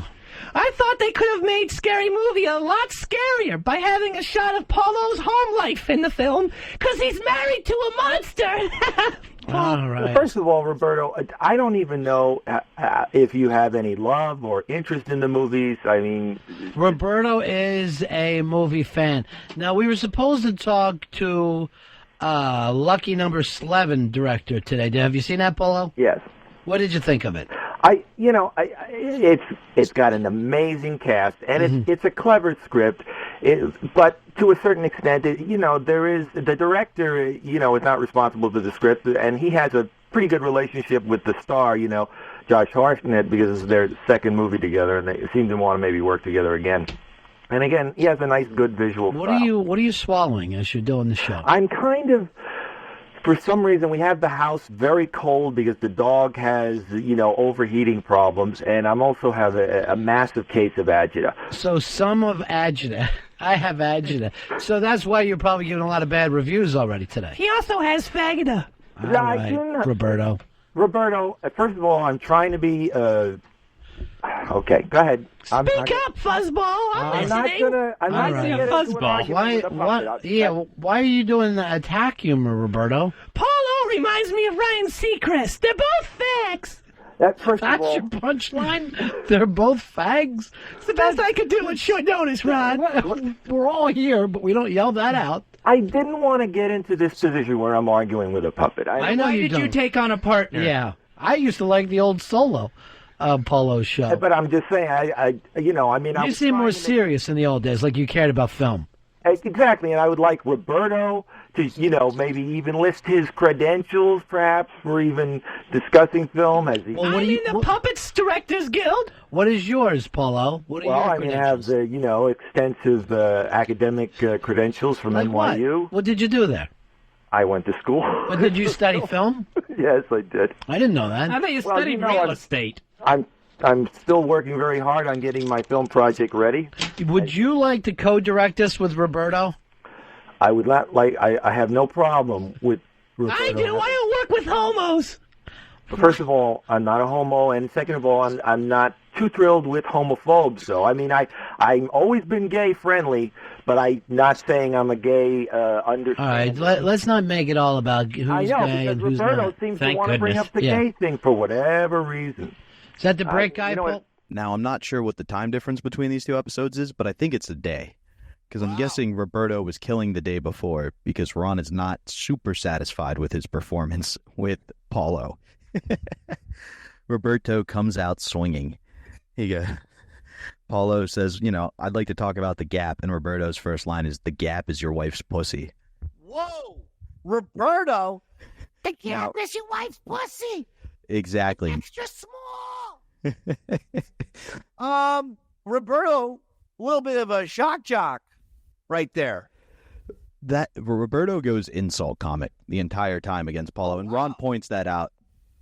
Dave points out that maybe this was short-term notice, and he kind of just jumped in because Paulo was a little extra sporadic that day, and they needed something to keep the bit online. Like, it seems like that's why you got called in, based on how you responded. But there's a possibility. One of the lines I thought was really interesting is the first thing Ron asks Paulo is, how do you feel about this new Weinstein company? Do you think they're going to be as fun and cool as Miramax? I just don't see that happening. And it's like, boy, what insight did fucking Ronnie B have, huh? Wow, that's weird. That's weird. Yeah, I guess because they changed their name or something, right? Yeah, it's almost like Ron knew something. He was so on like it, but I guess fun's depending on your perspective too. Yeah, Good point. So they get into that. That's eerie. Now, Ron starts to turn on Paulo at this point. He goes, you don't have a script? And Paulo says, I have a script. I just can't show it to you. Ron goes, I'm the executive producer. I should get to see the script. Seems like a reasonable point. He goes, you don't have a location. You don't have a camera. At this point, the idea of using Earl's camera and doing it stop motion comes into play. His photo camera. Not video. He was suggesting taking lots and lots of pictures and then fucking making. You made the exact point Fez made. He was like, we can't use that to film. It's a camera. And Ron goes, we'll make it stop motion. And this is an example of Paulo's brilliance and craziness at the same time. He just goes, no, that's Tim Burton's thing. Which is hilarious, but he also really thinks they're suggesting to make a stop motion movie. Yeah, it doesn't. You know what I mean? That's the thing about Paulo. No matter what you suggest, he'll answer you like as if you're 100% serious. No matter anything you say to him, he'll always reply back with, "Oh no, don't be ridiculous." Well, no, maybe we should, shoot this movie on the fucking moon. Oh no, way too expensive to, the gravity and everything like that. It just wouldn't pan out. Spacesuits, they cost a lot. Like, at one point, a caller calls in and suggests he could film it on his cell phone for Paulo, to which Paulo goes, he could, but not back then. And Paulo goes, well, I guess if you had like a super high quality cell phone and we really thought about it and got some... No, I feel like you're actually making this a ridiculous assumption and you're busting my balls here. That wouldn't work. Like, he finally broke. But at this point, Ron does what he does best, which is work his friends into terrible situations. So he goes, do we have a role for the people around here? Like, Pitsy offers to edit. And Paulo shoots that down right away by going, well, no, it won't need much editing. I'll do it all on the camera. And Ron goes, this movie's not fucking happening. I'll do it all in the camera. Like, come on. He doesn't want any post-production. No, he wants this done in the 5 days he's in New York. Yeah, I mean, now I do feel like there's a scam going on. Oh, absolutely. That's not something that you hear. You know what? Let's skip the post-production process this time. Let's just, And this is evident of, he's been doing this the whole time. Anytime somebody offers to help, I believe Solera's in there, the previous episode we just discussed, and she doesn't want to do the movie, but she offers to get her friends. Paulo doubles down in this conversation by suggesting he needs Ron and Fez to, perhaps sample through a bunch of 21 to 29-year-old females in their bras and panties and send them over, the best ones over to Paul. Yeah, that's gonna happen, Paul. That's gonna happen. We're gonna have a goddamn casting couch set up right there at the fucking XM studios, just for you, just for your little movie. Maybe on the morning show. But at this point, the idea it might be a scam kind of gets doubled down several times. And the first evidence is that you get cast. Ron goes, "Do we got to roll for Eastside Dave?" And, Paulo goes, "Of course, absolutely, as long as he's in his underwear and willing to do that." And you go, yeah. And that's not why it's a scam. Why it's a scam is Ron goes, "Well, while we're at it, do you think there's a room for your co-host of this segment, Roberto?" And Paulo goes, "Yeah, I think we could work him in somewhere." So Roberto does get Paulo promised, but Paulo definitely did not cast Roberto after all. Well, perhaps that was one of the other producers' call. Because at this point, we learned that the movie's not only been financed, but it's been over-financed at this point. They've well exceeded the $10,000 of backing they needed to do this. At which point, Ron's mad because he goes, "I'm mad. I'm watching this budget." And Paulo goes, "What do you mean?" He goes, "I heard you had to rent a car and I almost lost my shit." So we find out that there are several big backers. Bobo. Okay. A man named Bruno Kirby. Oh, yeah. Sure. And Couch Critter. At this point, by the way, it wasn't the actual Bruno Kirby. It was just someone that they called Bruno Kirby. Couch Critter. Okay. All right. And it's implied that perhaps the hosts of the shows have financed this movie in some way. Do you have any insight into who paid for what on this movie and where the budget went? Did they actually chip in? No. I mean, listen, I have no knowledge of that, but I would seriously doubt that. Yeah, this whole thing is about Paulo making a more than likely terrible low budget film. So Ron and Fez, it would be counterproductive for them to give Paulo money and help him and make the budget bigger, because we all probably wanted to see a really shitty movie, and I don't think they're going to waste their money. There would be no reason for them to give. Now, listen, if they did, they did. But as far as I know, they didn't give Paulo any money because there's no reason to. Okay, and so the way we kind of looked at it as the producing team, which still had Jared this episode before he disappeared, was it could have been one of two things. He's still friends with us. No, he got Thanos snapped. He's gone. No, he's fine. I'm just kidding. I love Jared. Yeah. But he could have been Ron setting up the drama even more, because he talks about how they never really paid Paulo, how broke Paulo is and all this stuff. And then he goes, well, maybe we can help your dream come true. And it does set up the pressure of Ron being like, "I put all this money into this. You owe me." You know what I mean? That does make for more entertaining. Why does Ron care? Because he's got money at stake. Yeah, but Jared can't. He needs to understand that not everything that happens on the radio is real, and you can perform that Paulo owes me money. Which is exactly what Jared said. It was a work. And Ron set it up. Best evidence by as they start discussing the sharing of the profits once the movie makes, $8 to $10 million as Paulo projects before he starts to have his meltdown. Ron starts going, "If we make $10 million, that was his projection for Gap." Yep. And Paulo goes, "It's going to be an equal split once I pay everybody back." And Ron goes, "If that's the case, these motherfuckers are going to start dying for real." I mean, they didn't have a shot in hell of making any of that money. That was when he first pitched the idea. At this point in the story, he is well beyond that and realizes he's probably not going to recoup the money. So that's why he starts being like, "I think we're overfinanced. We need to start putting that money away and telling people, no, we got to figure this all out." And they're like, "It's fine." But Bo calls in. He doesn't know what to do. Yeah, I think at this point he was panicking, probably realizing, "Oh, shit, I have to make a movie now." Oh, absolutely. He was panicking. Like, that's probably what's going through his head. And it can't be just a fucking little, stupid ass 6.5 minute movie. He said he was going to make a 90-minute movie. I believe, by the way, the official rule for the Academy is your movie has to be 80 minutes, 80, to get nominated for an Academy Award or to count as a full-length feature. So he had to at least do an 80-minute movie. Well, at one point, a customer or a listener does call in and says, you should submit this movie to all the festivals before you make it. People do that. And he goes, "Oh, well, I could use help in that field." And Ron goes, no, that's where Earl and I take over. My favorite part is Ron keeps saying, "Well, how can we make this come together?" And at one point, Paulo goes, I need an errand boy. It's just somebody who can get stuff done for me. And Ron goes, I got the perfect guy for you, Paulo. Earl. Probably the last guy that you would want as your, assistant director. Oh, absolutely. AD, Earl Douglas. Then the fucking production grinds to a goddamn halt, becomes fucking Ishtar Part 2. You excluded, if you had one producer to be your guy that you just went to get stuff done in either the Ron and Fez or the O&A staff, who would you choose? Pepper?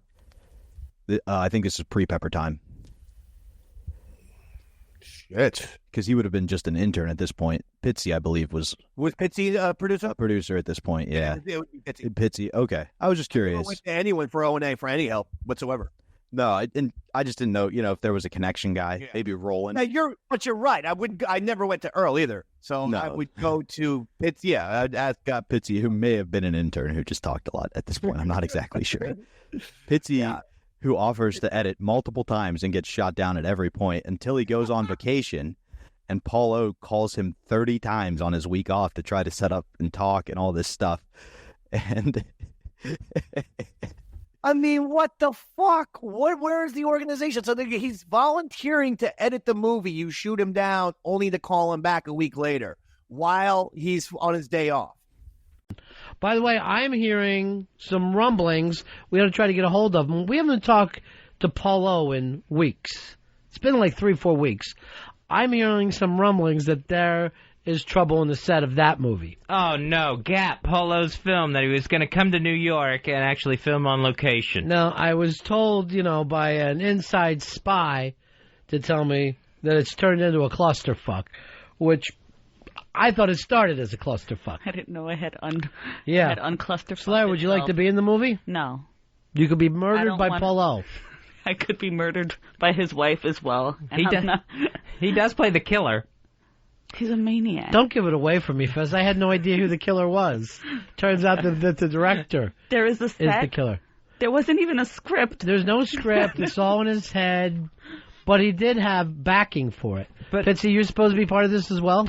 Yeah, Paulo called me maybe 30 times this past week. You're kidding me. No, seriously. And I was away and I was working, so I shot him an email before saying I apologize, but he sounded very hectic about the whole entire project, that it kind of sounded like it was falling apart. What seems to be the problem of this fantasy project? Pitsy, where are you? I just don't think he has enough crew. He has only 2 cameras to shoot the whole thing. Because remember, he wasn't going to edit. He was just going to shoot. 2 more cameras than he should have. He has to shoot this in front of an ATM to get 1 more camera. Now, I know he's planning on giving me the $1 million, which I hope to be able to roll over into my smoke pants idea. So I really need this to be a hit. I didn't know so much was hinging on this. Oh, yeah. It's my entire brand. Right now, my whole brand is out there. Did you get a hold of him yet, Earl? Oh, yeah, we're trying to track him down now. What do you mean track him down? You call his cell phone. It's not a matter of tracking. We tagged his ear last fall. He should be able to be tracked. Pitsy, what's your job on the crew? I don't know. I think camera. I'm not sure. I just got an email from his associate producer. Who's that? I think it's Bruno Kirby. Uh-huh. And he's like, we got to get everything together, but August 4th it's coming up. I'm like, do you have a script yet? Or, how are you going to shoot a movie without a script yet? And Bruno Kirby's going to be sued for using the name Bruno Kirby. But he's doing a lot of legwork, too, though. Bruno Kirby? Yeah. What kind of legwork is he doing? He's sending out emails. I know that much. All right. You don't have to walk to send out emails. Yeah. Well, that's not exactly legwork. All right, so everything we're hearing, disaster on the set right now of Gap Paulo's film. This could send the budget spiraling, Fez, from nothing to something. There could end up being a budget unless they get this together. Paulo, what the hell is going on down there? There's no disaster. I mean, the one thing I told Bruno Kirby is that I haven't heard back from Pitsy. That's all I said to him. I know. I was away and I was working, Paulo. I apologize, but you didn't need to call 30 times. I didn't call 30 times, and I told Bruno. I said, look, hey, I called what? I called maybe 10 times, and I left. Paulo, you don't sound like you've got it together here. I may have to pull the plug on this. No, and listen, I already assumed that nobody's helping me. I already assumed that there's some kind of thing against me, some kind of thing attacking me, because I'm already running independent. I assume that I'm getting stabbed in the back by the people. I've never heard you so stressed. And I'm stressed because I see these little signs. Now, first of all, Bobo had a breakdown, and then what kind of breakdown did Bobo have? Well, that's a personal problem that he had, and as a result, he kind of went nuts. What did he do? He said, okay, first of all, it was financial, and then he told me some of his things, and I understood completely. But then after that, he would just he would do a lot of crazy things, and I just figured, well, okay. I mean, what was he doing? Is he wearing white after September? What? He got very rude, and schizophrenic is the easiest way to put it. But I mean, I don't want to go into his personal. No, we just talked to him 10 minutes ago. He sounded fine, except that he's planning a birthday party for Woody Guthrie. Well, as I said, as far as I'm concerned, he was very supportive for a very long time, and then he had the personal problems and basically had to pull himself out, and then after that he just turned schizophrenic. Schizophrenic how? He started acting like a different person? And now you've got Gail saying, it's over. Everything's so why don't you talk to her? Yeah, sure, put her on. Hello? Gail is Polo's wife. Hi, Gail, we're concerned about the film. Well, what's the problem? It seems like some of the financial stuff is becoming a problem, scheduling. What are you doing down there? I don't know. Paul, he's asking, what are you doing down there? Are you running the accounting? Give it back. Gail? No, I'm sorry. I'm not running anything, but if you need me to, I'll help. Yes, we were depending on you. Well, I didn't know that. Yes. All right, well, Paul, just a minute. What did you need me to do? To get some of the money together, to work out the accounting, how it's going to work out, scheduling, and I'd like to have you running a boom mic. Well, that will be fine. Anything I can do to help. But Paul hasn't mentioned anything about the finances or anything. Yeah. I mean, he really wants this to happen. We all do. He talked about mortgaging the home to cover this. No problem. Okay, well, let me give you back to Paul. All right, good. Okay? It was good talking to you. Oh, great talking to you. Look, you ought to understand. Hey, Paul, the new pills are working, huh? Yeah, well, we actually had a very intensive therapy yesterday, pill-wise, and now we're coming out of it. So it sounds fantastic, and she's ready to help. Maybe Bobo needs those pills. No, she basically says all the time that this is she has no faith in me for the last. I heard her being nothing but helpful. She said anything she could do to make this loser dream come true, she would work. Hey, excuse me. As far as I'm concerned, everybody from the show is stabbing me in the back. So wait a minute, who's stabbing you in the back from the show? I'm just Pitsy for one. Because Pitsy just said that he hasn't heard from you. No, that is not true. As far as I'm concerned, he's out. Because oh, no. Pitsy, you're off? Oh, wow. And you'll never not work in this town again. You'll never work in this business again. You understand? Now, listen to me. Seriously, I'm sorry. He can be away. He can be whatever, but it's very simple. I left 2 messages, and I emailed him twice in like 2 weeks. All right, Polo. And now, you're acting like I left 30 messages. Fuck you. Okay? Easy. Polo, I just got off the phone with... I am so sorry. He has been cross all day. I know. I'm so glad you're back, Gail. I'm Gail. one of my doctors right now. Earth 2. And I'm trying to hold everything together, but I want you to know that he really wants this to happen.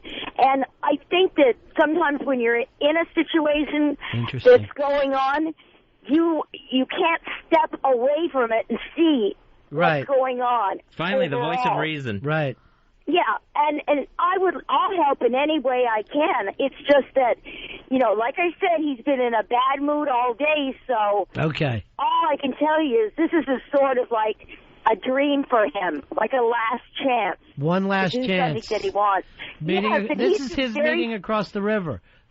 Huh? Like the Bruce Springsteen song, Meeting Across the River. This is everything for him. Yeah. It is. It's very important, and I don't want to see him hurt by this because I got to tell you something. He's on the edge. Yeah, I hear that now. He's really Thank God you're there, though. Thank God you're holding it together. Yeah, I'm holding it together, but I'm Barely. not being treated all that well either. You're a saint for what you've done. No, you are. That's not true. You're a saint for the way you've been with him over the years. But, I don't want you guys to give up on him. No. It means a lot to me. No. You know what? I'm going to do this, but I'm going to do it for you. All right. That sounds good because I haven't had anything good happen to me for like 2 years. The new pills. The new pills are great. Yeah, but you know what? After a while, it becomes like an addiction.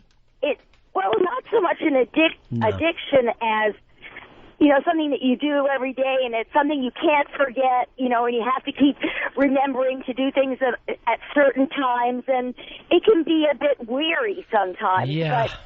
But I'm handling it the best way I can, and frankly, Paul is very good. He takes me to the doctor's office and everything, so, he's just having a bad day. All right, Gail, I'm glad that you're there, and I'm glad we talked to you.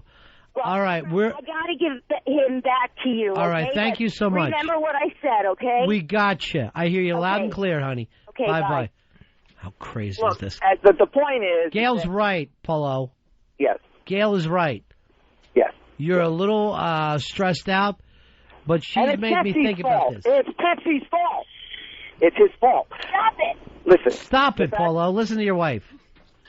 Bruno and this other and what we call crotch critter, they're unbelievably supportive. Mel, good. There's a triumvirate of people who have really just been more supportive to me than I am of myself. All right, Paulo, I got to have Pitsy on the set.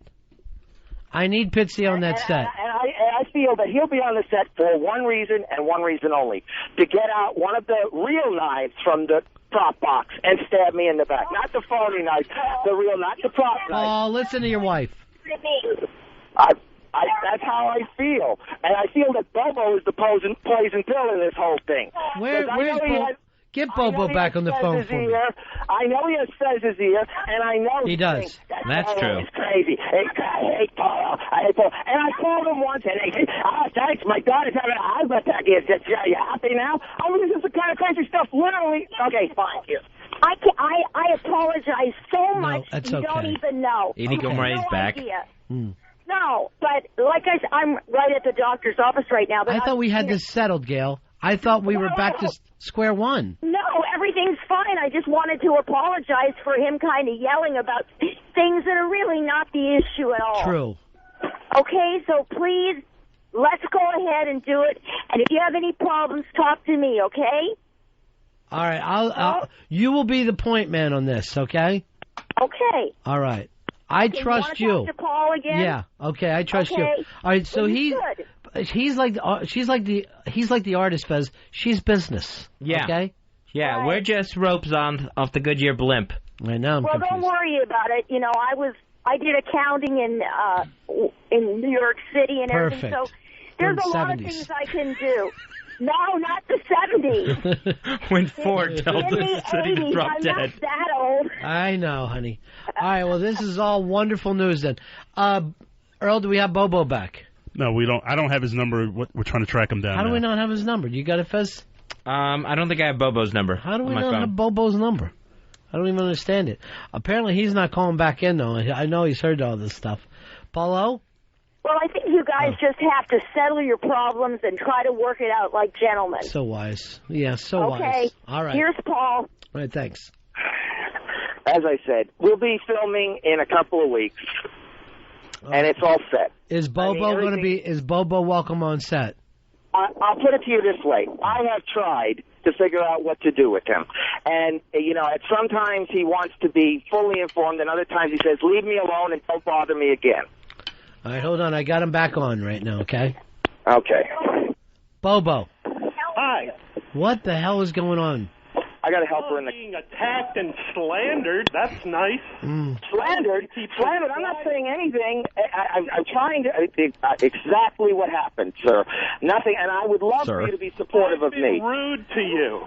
You were rude to me, repeatedly. Oh, stop. You got to hate. I even have the emails right now. I even had the emails saved. I didn't do it. Having an asthma attack. Which is the truth, is what you said. Later on about how You heard me declining your phone call. Who cares? Yeah, exactly. As I said, as far as I'm concerned, you're out to get me. I've never been out to get you. I was a supporter of this, but then I was seeing the writing on the wall, and what's the writing on the wall? The spelling's handled. All right, what's the writing on the wall, Bobo? I really got to take this call. What went wrong? You know, I don't want to. I feel bad. You know, the guy's got a dream. I don't want to attack his dream. What you don't understand, Bobo, is that you had your problems, your personal problems. You were 100% supportive up until that time. When they started happening, then you really had a lot of problems emotionally in every way, and that's when you had a thing. Now, can I have a second? I'll explain. I was going to be a financial contributor to the film, right? Right. I'm being sued by two people over the estate of my dead brother-in-law. It's been a nightmare. Yeah. It's been hard for you to deal with, Bobo? Yeah. And Bobo and you're not knows. seeing that, Paul? No, and Bobo knows that I know exactly what he's going through. Just give me a second, all right? I felt so guilty. I felt so guilty about having to back out. I mean, literally, I think I wrote to him that I was ashamed at what I had to do. But I had no choice. And Bobo, as you might know, I had every intention of still giving you a percentage of the movie, despite that fact, because of the fact that you were instrumental in getting the thing rolling. Well, you know, I wasn't even interested in that. As a person in the monetary world, I'm a failure. I will die a failure. I like creative things. This is the movie. I like being part of creative things. Sure. And I was thrilled that you were interested in doing this. It seemed very, very exciting. Things for me just haven't gone well. Well, is it okay? This thing about me being psychotic. Yeah. No, I am not psychotic, although that sounds like... Paulo, stop breathing so hard into your phone. Sorry. Go ahead, Bobo. Go ahead, Bobo. The psychotic thing, what? It sounds like the most psychotic thing in the world to say, but I am not psychotic. It does sound a little psychotic. Well, you got accused of schizophrenia, too. Oh, yeah? Okay. Well, Paulo, Bobo, well, I just say schizophrenia as a generic term because on the one hand he'll be saying, yes, tell me a lot about it, and then he'll say, no, leave me alone altogether, never bother me again. I'm just saying... Wait a minute, have you said that, Bobo? Never bother me again? I'll explain exactly what happened. Paul called during my daughter is having an asthma attack, right? Paul called for some crazy reason, I think because she was kind of in shock. My wife answers the phone, and she's like, there's a call for you. And I said, just tell him I'm not there. You know, I mean, I'm running around. I'm trying to find medicine. We're calling doctors. So I emailed him, and I said, I heard you. It's a total madhouse, right? So then, hours later, I get this email, I heard you, ... What the fuck is that? I don't know what's going on. So that's one person. Bobo points out that he got an email from Paulo who called him 30 times as well. And the email was just, I heard you, because apparently one time he got through on Paulo and his wife picked up and was like, can you talk to this guy? And Bobo was like, no, I can't. I tell him I can't talk right now. And the reason why he said that was his daughter was having an asthma attack. But Paulo took that personally and was like, no, he should have talked to me. I heard you. That's what... See, this is what we're talking about with the Paulo. This is the mental unbalance type of stuff that we're very concerned about. 1,000,000%. Again, they're trying to get the casting put together because they've got Bobo on the phone and things like that. Paulo still seems really focused on that 21 to 29 female demographic. Okay, Paul. And he's even more specific where he's like, I want an Asian and a black. Okay, doesn't sound good. Doesn't sound good. From the reason why it doesn't sound good from Florida to say it like that. But it's so funny because he was trying to be diverse. But he's also choosing people to murder. So it's like, I don't know what message you're sending here, Paulo. True. That's fair. And the other big focal point here is where's the script? Where's the Paula's like, I've done the script. Everything's ready to go. I just need a location, cameras, casting, and just everything but the script he doesn't have ready. Just that's the one thing he's got. And Ron's like, can I see it? Important thing in the film. Most important thing is the goddamn script. How did he start all of this shit with no script? What the hell? Well, he said he had a script, but he wouldn't show it to anybody because he didn't want it out. Well, that's where this show ends. And when we come back, the movie has been filmed. It hasn't been edited or debuted yet, but it has been filmed, and we learned that he did have a script. Because the major complaint was he held the script the entire movie. He had all of his lines on a piece of paper and was just reading off of it during the filming. To which Paul O countered. He made all of the actors, which I was one of them. Oh, we'll get to you, buddy. Improv. No, I'm not, but I'm just saying. I never saw a goddamn script, Robert. So my point is, did he write a script just for himself? Well, he argued it was his character was crazy, and that was his notes that the crazy character had. That wasn't an actual script. No one else, no other actor in this fantastic ensemble that he has created saw a script. So I don't know what the fuck he was looking at. I just letting you know that was the report. But he might not even. That could have been the fucking Garfield in the Far Side, for all I know. Because I'm not sure that there was ever a script. We learned that in addition to no script, Dave, were you there when they recorded all of the other people? No. So this is where it kind of is fun. Because Crotch Critter says there was some controversy around the shooting, and this is part of it. So at this point, normally I tell the story and you chime in with facts and details. I'd like you to just take over your recounting of how it went down shooting your scene. Shooting me? Okay. Well, I believe we did it right there at XM. And to my recollection, we may have done it in the elevator of all the places. Yeah. I believe. When you say we. Paul O, he was there. Okay. He was there. Yes. Paul O came up at some point. Maybe, is it possible you had to reshoot? Because the story we were told is everybody else shot August 5th to 6th. Yeah. You were shot on August 8th. And Paulo was at a restaurant and knew he couldn't make it back to you in time. All right. So he called you on the phone and you were like, can you imagine getting a phone call and being like, hey, Scorsese, what's my motivation in this scene? Okay. I met Paulo and I believe Gail O that day, and I'll never forget it. I met them both. I'll give you a little bit, a quick thing real quick. To my knowledge, not to my knowledge, I remember Ron turning and saying to me, that's the first time I've ever met Gail O. And I myself being totally shocked. I'm like, what? Like, no way. Paul O would go to every Ron and Ron event in Florida.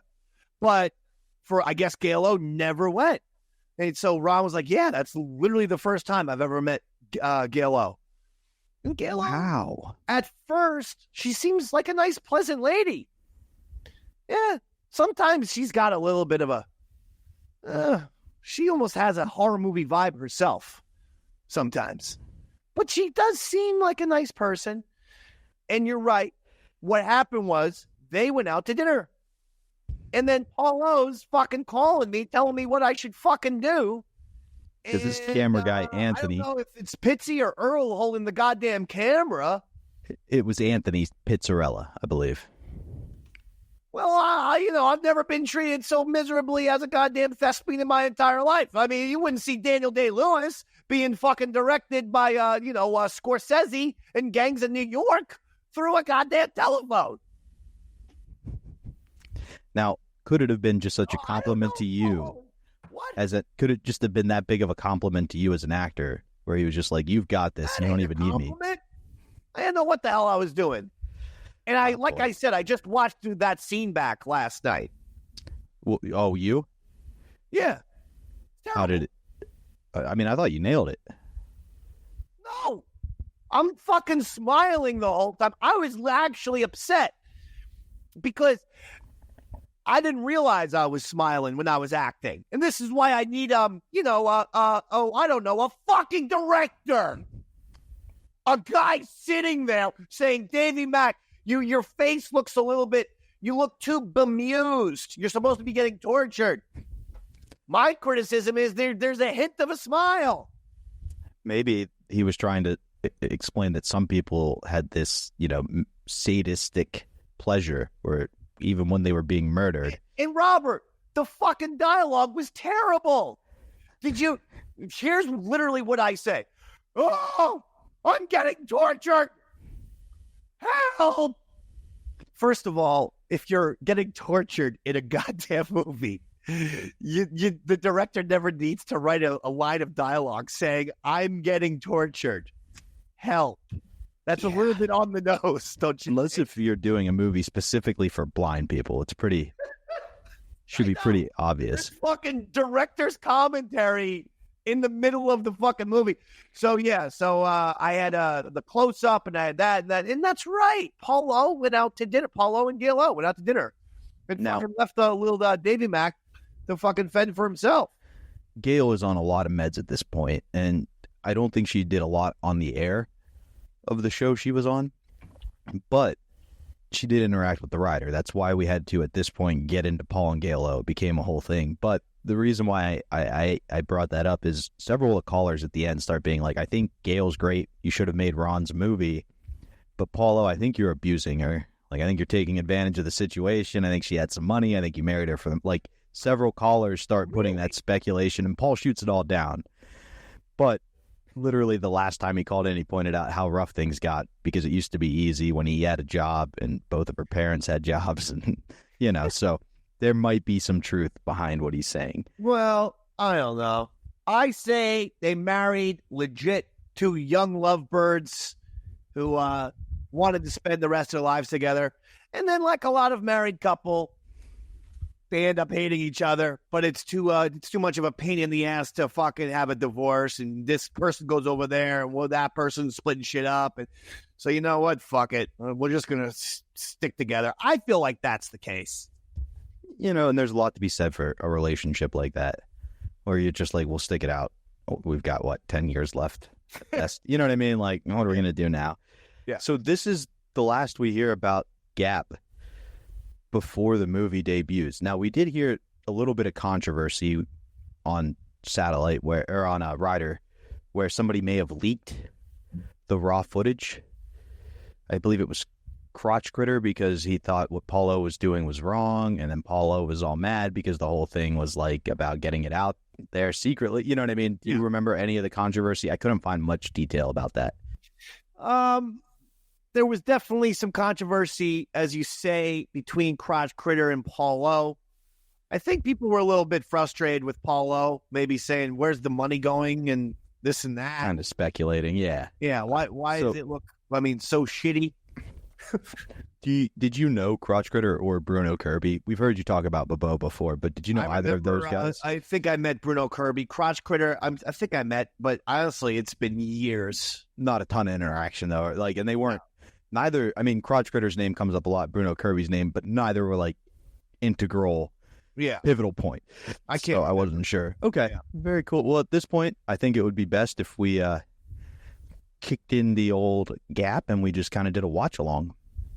Oh God, no, Robert, that ain't happening. It's quick 90 minutes. The audience would love it.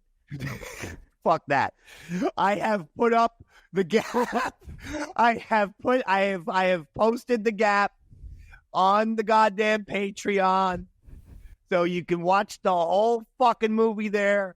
But if you're thinking you're gonna sit the Dave Man down and have another 90 minutes of my life ruined, you got another thing coming, pal. I tried watching that at the fucking day at the premiere when it premiered at the Hard Rock Hotel. I was drunk. We're going to get into that. And I'm telling you, even hammered, in a great mood, it was still unwatchable. After 10 minutes, you go, I can't do it. I swear to God. Fuck everything else. Fuck the ice bucket. I know people don't do the ice bucket anymore. The Tide Pods. You want to fucking be a goddamn YouTube sensation? See if you can fucking make your way through the Gap, okay? It's called Watching the Gap Till the Fucking End Credits Challenge. Well, we will give you a taste of it right now, because fortunately for both of us, I have the trailer, which is only like a minute and a half long. Let's take a look. You can show my scene. I mean, I'll have to find that, but for right now, we're going to take a look at the trailer. Very beginning of the movie. But how it started, I killed the first person because he pissed me off. I like to kill kids in their 20s.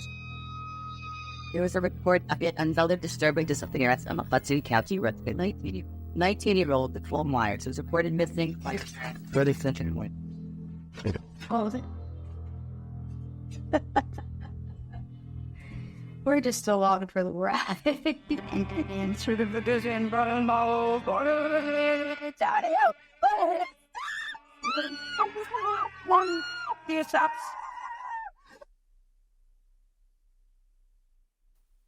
Now, hold on. So I didn't make the trailer, but that's Gail O, folks. There was Gail O right there, the lady with the hat. A genuine legend. But kind of a pleasant looking, not ugly. Yeah. Some might even call her a hag. So I'm a little bit offended that I did not make the trailer. Okay. Well, this was back before you put the best parts of the movie in the trailer. Oh. You know what I mean? So he was still trying to save the good part. But so the movie gets made. Now, like you said, they visited New York for the filming. Paul O is married to Gail O. The movie premieres, and it's not just a movie premiere. It's a movie premiere and a wedding for Paul O and Melly. Uh-oh. Who the fuck is Mel? What happened to Gail O? So Gail O died between the filming and the release of Gap. Yep. Almost like somebody had a financial upcoming and then was like, I don't need the cash cow anymore. I'll say this. Outside of my brilliant 2.5. And by the way, my scene is literally in the first 4 minutes of the movie. So that's what I'm saying. If you want to see the Dave Man, but by the way, I do not appear in the rest of the film. So if you just want to see me, watch the first 4 minutes and then shut that shit off. Actually, 3.5. I'm in the first 3.5 minutes, and then I never appear again. So if you want to see my part of Gap, that's it. That's all I have. Now, as far as Gail O goes, I had forgotten that Gail O died between the making of the movie and the release of the movie. Now, Millie is someone who we met in Florida, and it was very quick. And, oh, God, listen, we don't want to get sued by implying that anyone killed their wife. But anyway, the point is, if you watch Gap, besides myself, the most riveting stuff is Paul O and Gail O's interaction. Which leads me to my point. I find that kind of interesting. He should have just done that. He should have just done it. Ron was right. Ask this lady questions. Not even that. Just literally give her a GoPro. Yeah. Just let her loose for a day. Yeah. So you were discussing the movie premiere. I kind of cut you short. So you were there. You were drunk. Yep. Do you remember anything else? Because we come in the next day and Ron is discussing the Gap premiere, and we learned several things about it. Yeah. We were drinking. Definitely. Me, Pepper. I know Pepper might have been an intern, not a producer. I don't know. But he may have been a producer at this point because it was down the road. He was getting hammered too. Yeah, we all got pretty drunk. Those of us who drank, I should say, because really the movie got very boring. See, that's why I say it gets very dull at like 15 minutes in. Like it loses it's not just it's so bad it's fun. It's like, I'm plotting to get through this fucking. And so it's like, hit the bars, like get 4 fucking beers, go back to the table and keep watching this shit. But it was fun.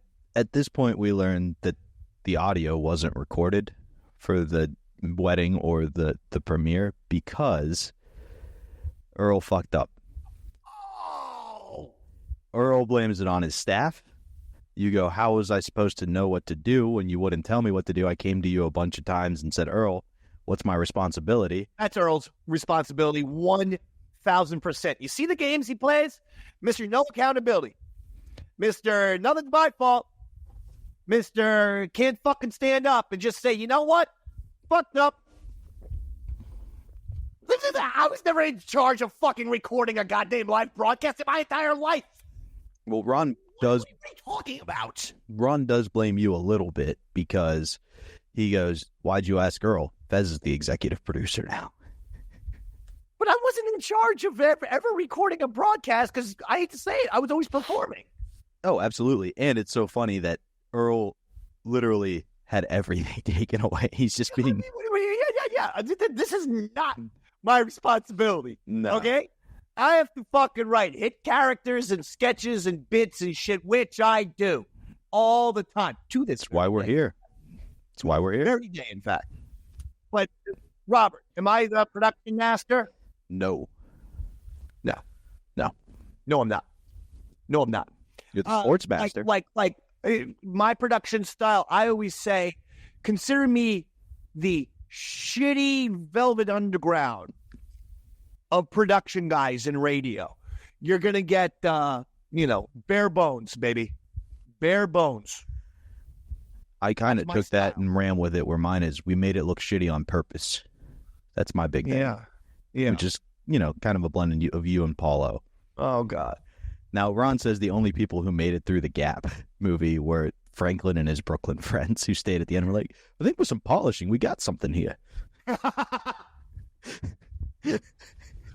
Yeah, Franklin. Franklin enjoyed the film, huh? So he made a movie, and his was semi-watchable. It was much different than Gap. It was semi-watchable. Wasn't his that sex tape? One Night in Brooklyn? No, you son of a bitch. You son of a bitch. So did Ron say anything about the drinking, the partying? He did point out that you had 2 drinks in your hand every time he saw you. But I told you that before you said that. I said that was my strategy. Yep. To fucking get 4 beers. And Ron doesn't blame you. He literally says, and who can blame him? He's the star of the show. He was the best part of the movie. Besides Gail O. Yeah, I mean, besides Gail O. First of all, you know what I hate, Robert? When I see the Gap, or just any pictures, before I got the beard, I hate the mid-2000s fucking sideburn, which in Gap, I had a very dated, stupid-looking sideburn that I despise. I want to take a fucking clipper and goddamn, boom, zip off those goddamn sideburns. Well, sometimes I would grow a big Neil, Young sideburn. That's different. I used to do that. Chops, the mutton chops, that it. But I hate the fucking, who am I? Luke Perry? What am I? Who am I trying to impress? Who's going to be impressed by little fucking disgusting orange sideburn? Well, I think what you kind of did what John Milton did in Paradise Lost, where he creates Satan as a sympathetic character. By making your character so hateable, we kind of wanted him to die because of the sideburns. Absolutely. So you start kind of rooting for Paulo, and then, Sideburns were very embarrassing. I am disgusted by it. But I tell you what, looking at myself on camera now, I think I'm probably, that was 2008 was Gap, right? So that's 16 years ago. Arguably more handsome now, I would say. That's another trend. Anybody who works with Davey Mac gets more handsome over time. Yeah. Look at Roy Harder. Look at Chris Pepper Stanley. Excellent. Even excellent points all around. Even to give him a compliment, Big A Andrew Gold, since working with you, has dropped close to 100 pounds. Yeah. And see again. Yeah. So Davey Mac looks great. I always tell him, make sure you grow that hair out. The fact he's still alive is a compliment. What? The fact that he's still alive is a compliment to you. Yeah. Most people in his condition. All right. We had our own world premiere movie in the middle of the snow the other night at the Hard Rock. Gap was introduced to a standing room only crowd, and by the end of the film, there was plenty of room to move and even lay down, as a few people did. Gap I think it went as predicted by me. Huge laugh for Dave scene. Slowly falling into what is this? At the end, only Dean and Franklin, the Brooklyn boys, sitting there with their jaws open, going, "This is not bad. A little bit of shaping, and this movie could make it." But overall, great night. The wedding was really, really sweet, and I just want to put this out here now. I am madly and deeply in love with Dawn Cumia, Anthony's sister, and I've got to figure out a way of getting Patrick out of the picture. She was stunning the other night as her new pregnant self. And what a great job performing the wedding ceremony for Polo and Melly. So sweet. I admire you so much. I wish I was in a fake relationship with her for a year. You are so lucky to have that fake relationship. She is my ex, and it's gonna get a little awkward between me and you now, I think, if you're in love with my ex. I am deeply and totally committed to her. Dave, you have a good time the other night? You were drinking with both hands. Yeah. Well, I mean, some people would get me a drink, but I don't. Both hands. I had them in both hands. Right. I wasn't simultaneously drinking them. Two-fisted drinking. It's great. I was very touched when Earl brought Melly down the aisle. I thought that was a nice moment. Beautiful, Earl. Did you enjoy that? Yeah, except for the getting smacked in the back of the head by someone. What happened? What happened was... Somebody smack you, buddy? As I was starting to walking down the aisle, I just got this whack across the back of my head.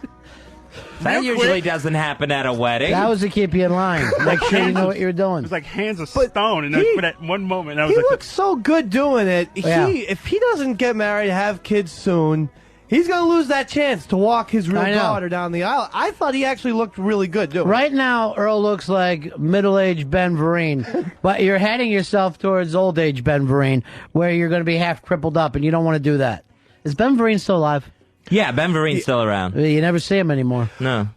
53053, buddies. Hey, buddy, what's happening? I came down to the event. It was great to meet you guys. Dave is hilarious in his Juno outfit. Yeah, you and your chick would have won the couple of the night award if we were giving that out, because they were dressed as the Juno couple, and Dave, you look exactly like that fucking guy. But, hey, so I drove down. I watched you guys in studio. It was the best day, man. And the movie came on. Dave was hilarious. Gail O came on. We poured a little beer on the floor like the homies do and walked out the rest of the movie. I could have cared less. Yeah, it was pretty depressing. It was pretty depressing to see Paul use Gail Ann in that long, strange fucking thing that he did.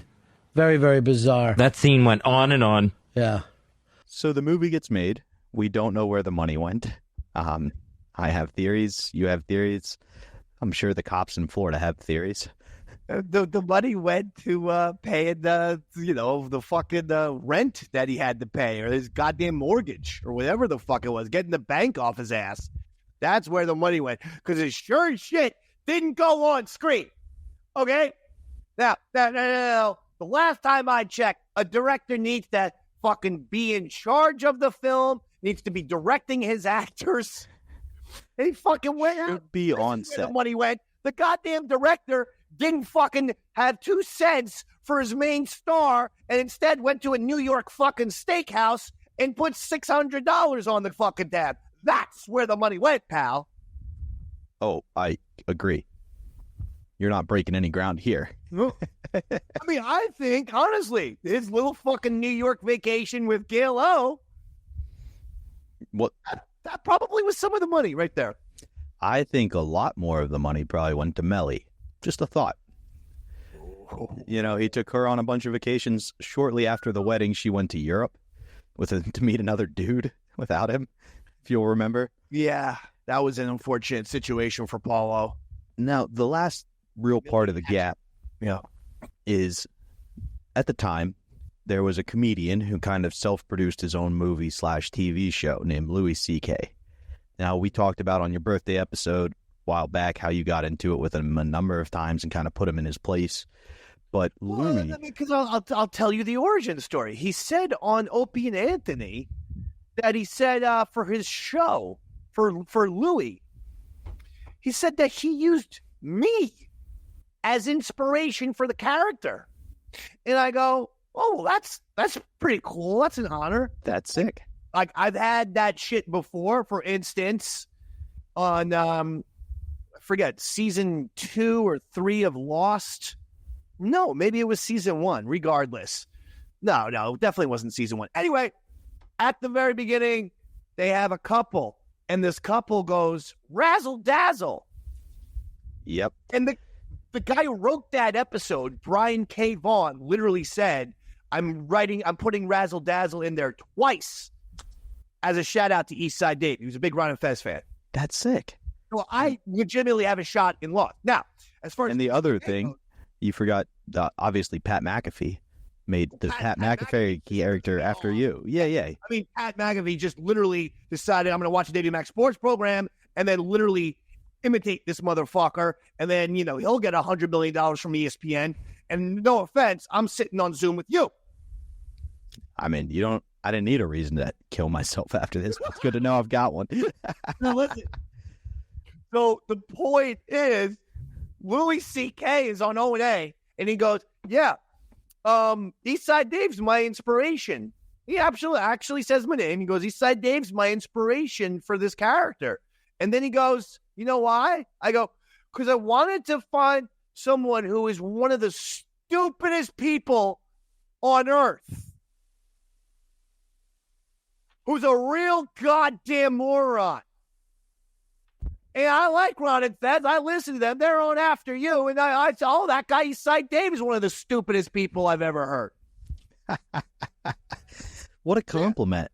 Wasn't exactly the same thing as Brian K. Vaughan and Razzle Dazzle and Lost. I'll tell you that. So after I fucking heard that, that's it. That was it, and that's still it. But hey, I'm not stupid, you motherfucker. Weren't you at the... I have fucking enough intelligence not to fucking jerk off in front of goddamn 8 writers on my fucking television show. That sounds like you're pretty stupid. Isn't that a compliment to you, though? Because the character you were doing on air was supposed to be the kind of dumb contrarian.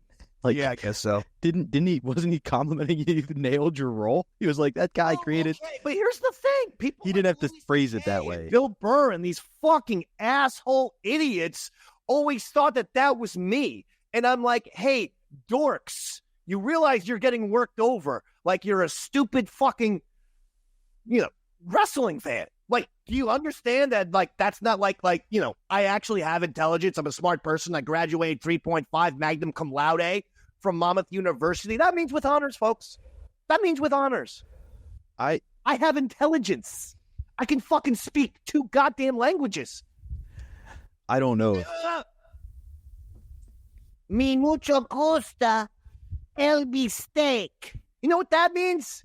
I really like steak in Spanish. Do you know how many people do you know could speak 2 goddamn languages? Like 12. That's it. And I know a lot of people, so that's pretty impressive. Fucking Dave. Louis C.K.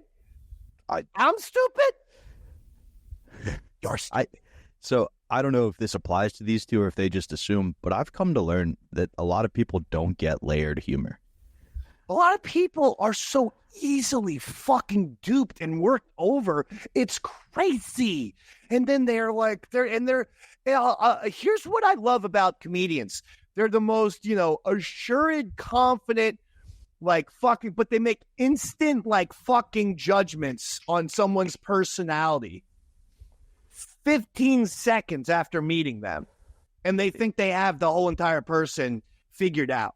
I don't know if that's because they're on stage and everyone's looking at them and they're fucking speaking. I don't know what that's all about. But I found many comedians fucking judge me fucking 15, 30 seconds after knowing me when they don't know shit.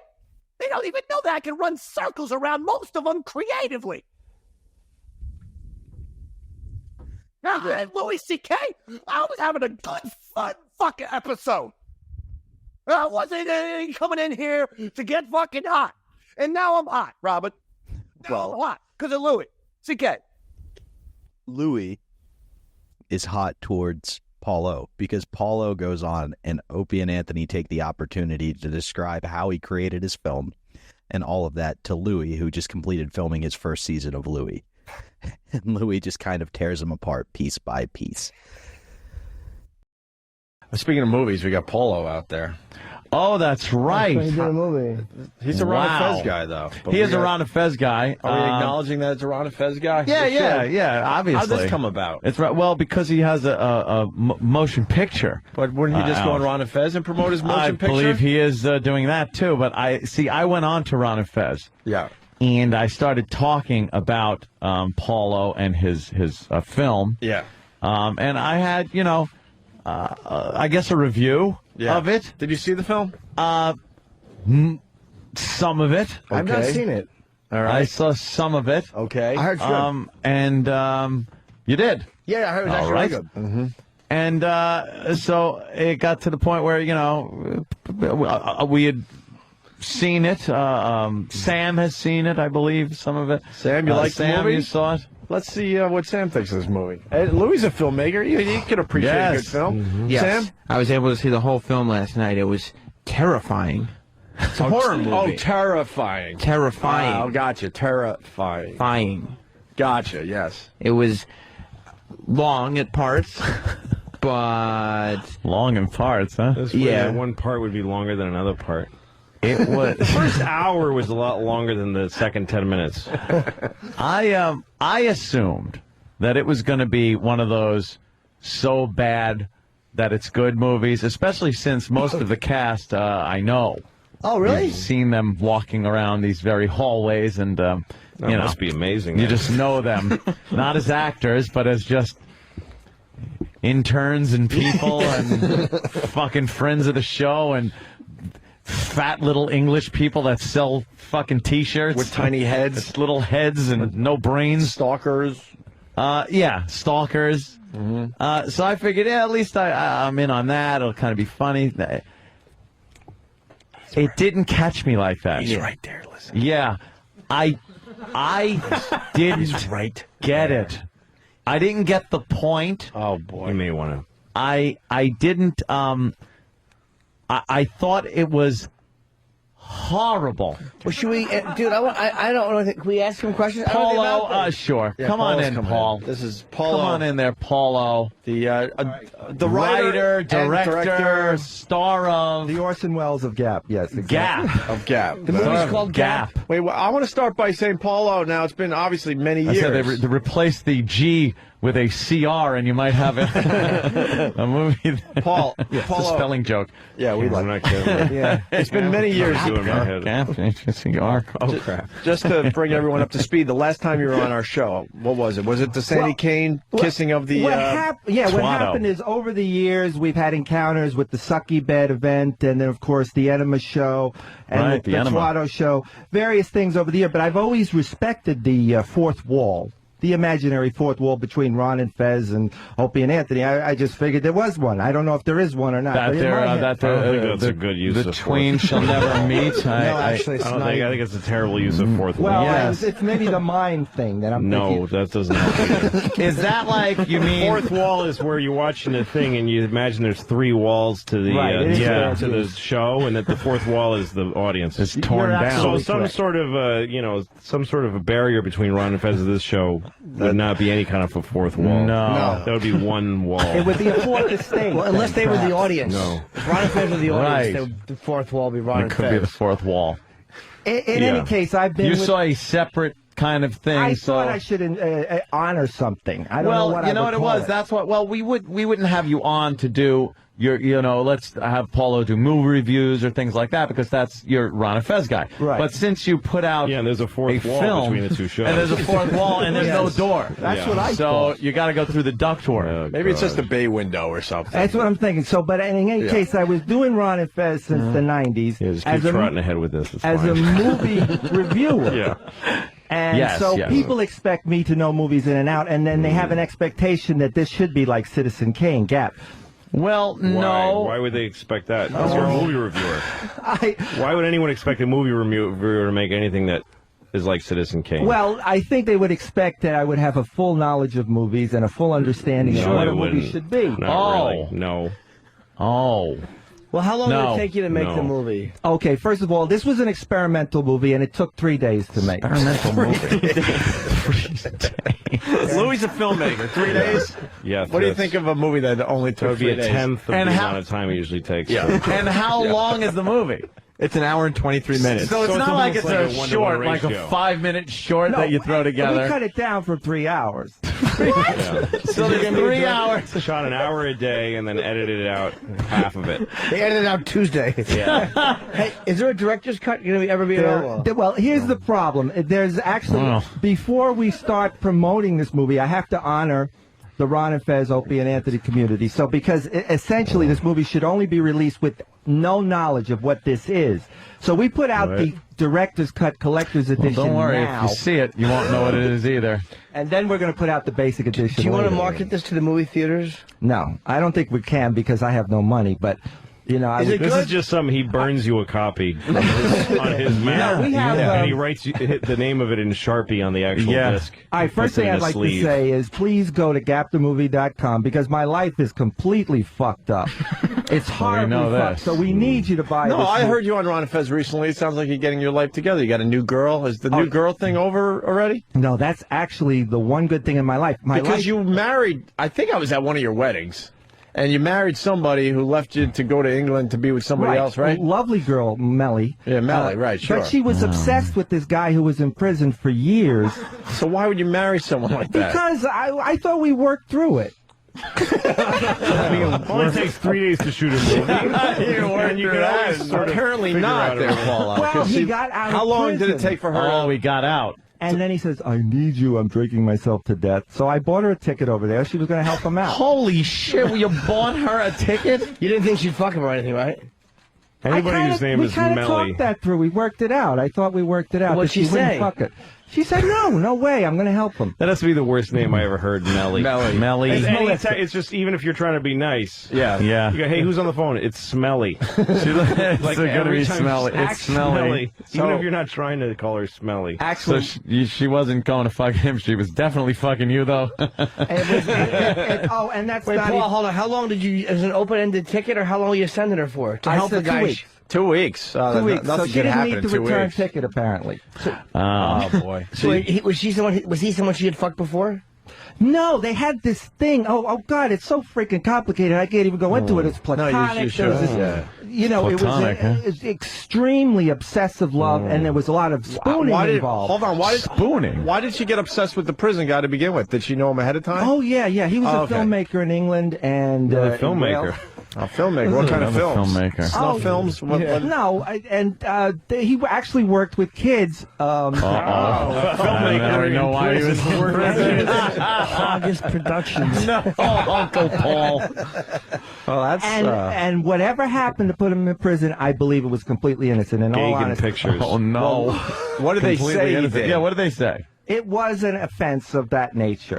Of pedo shit? No, but it was Child not. There was no pornography. physical contact at any He point. jerked off in front of them, no, right? No, he was He helping. shit in but their you're- mouths while they jack No. themselves. Yeah, what was the Wait, charge? he spent time The in charge- prison. It's similar to fraternizing. He made cummy on a cracker and the baby. It would ate be similar to fraternizing. He was helping. He was helping to film He was helping a person Children. who was abused. who were inappropriately being filmed. He was holding the And he was trying, and he was meeting them at restaurants, trying to counsel them.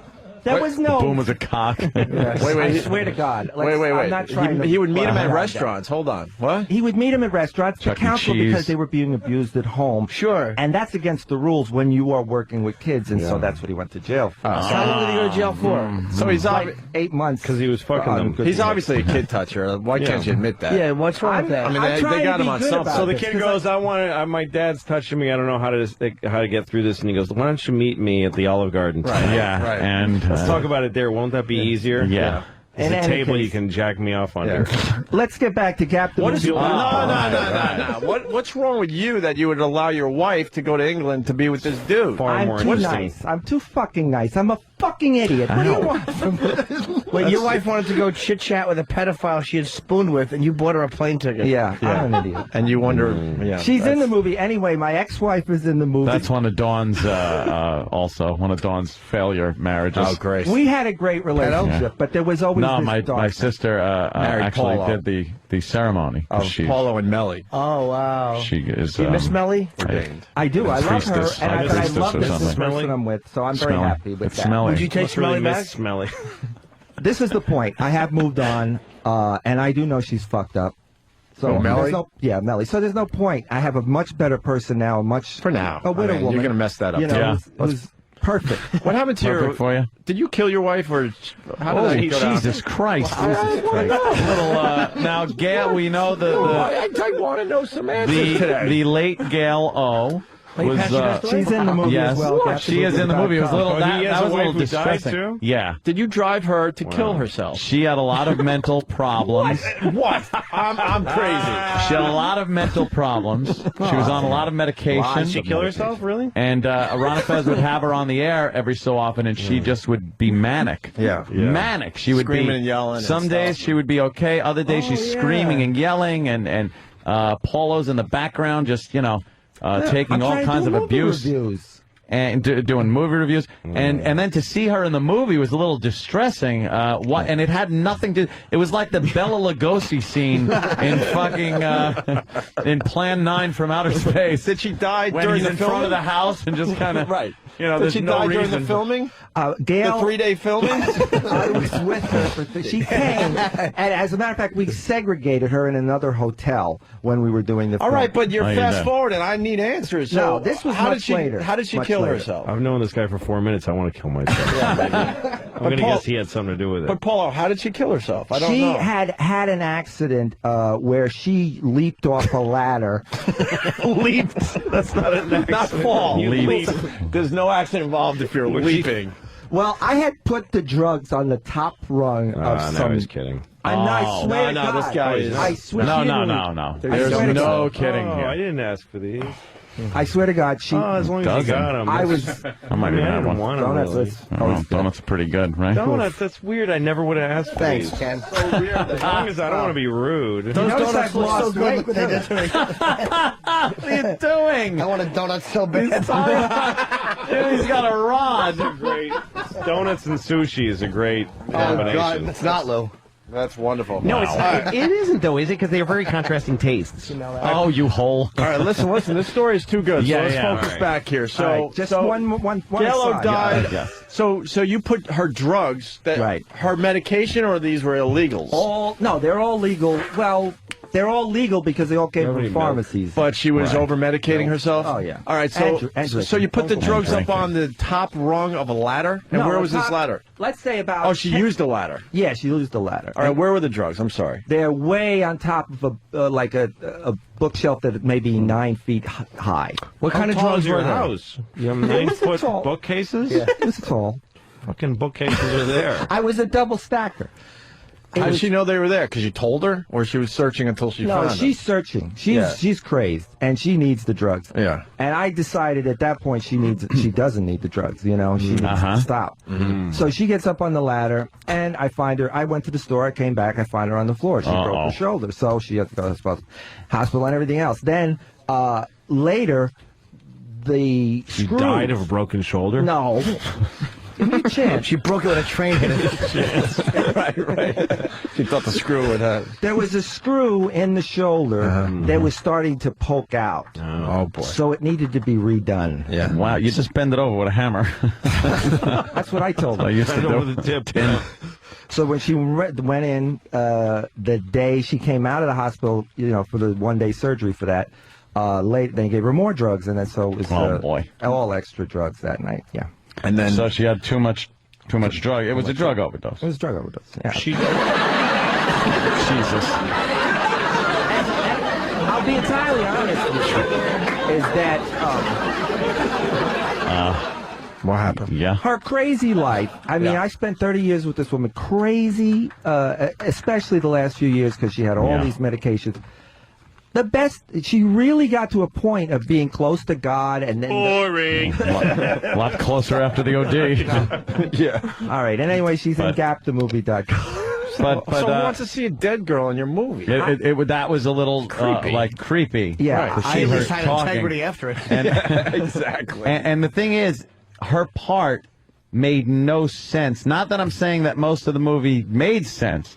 I'm just saying that part especially. And Dave screaming, too. Dave from the Ron Fez show screaming. I didn't understand what that was all about. All right, let me just very briefly explain the movie. Number one, it is meant to go for the horror audience, which is, of course, this crazy, fucked up shit. The more crazy, fucked up it is, the better. Right. It's also so like a slasher movie kind of thing? It is also intended for the art house audience, which also is into crazy, fucked up. You know, if you're going to talk Jean-Luc Godard. Art house, shit house.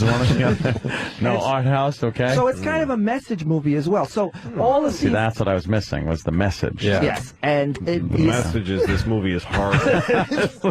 So it is what it is. It is a specific thing that was done as an experiment.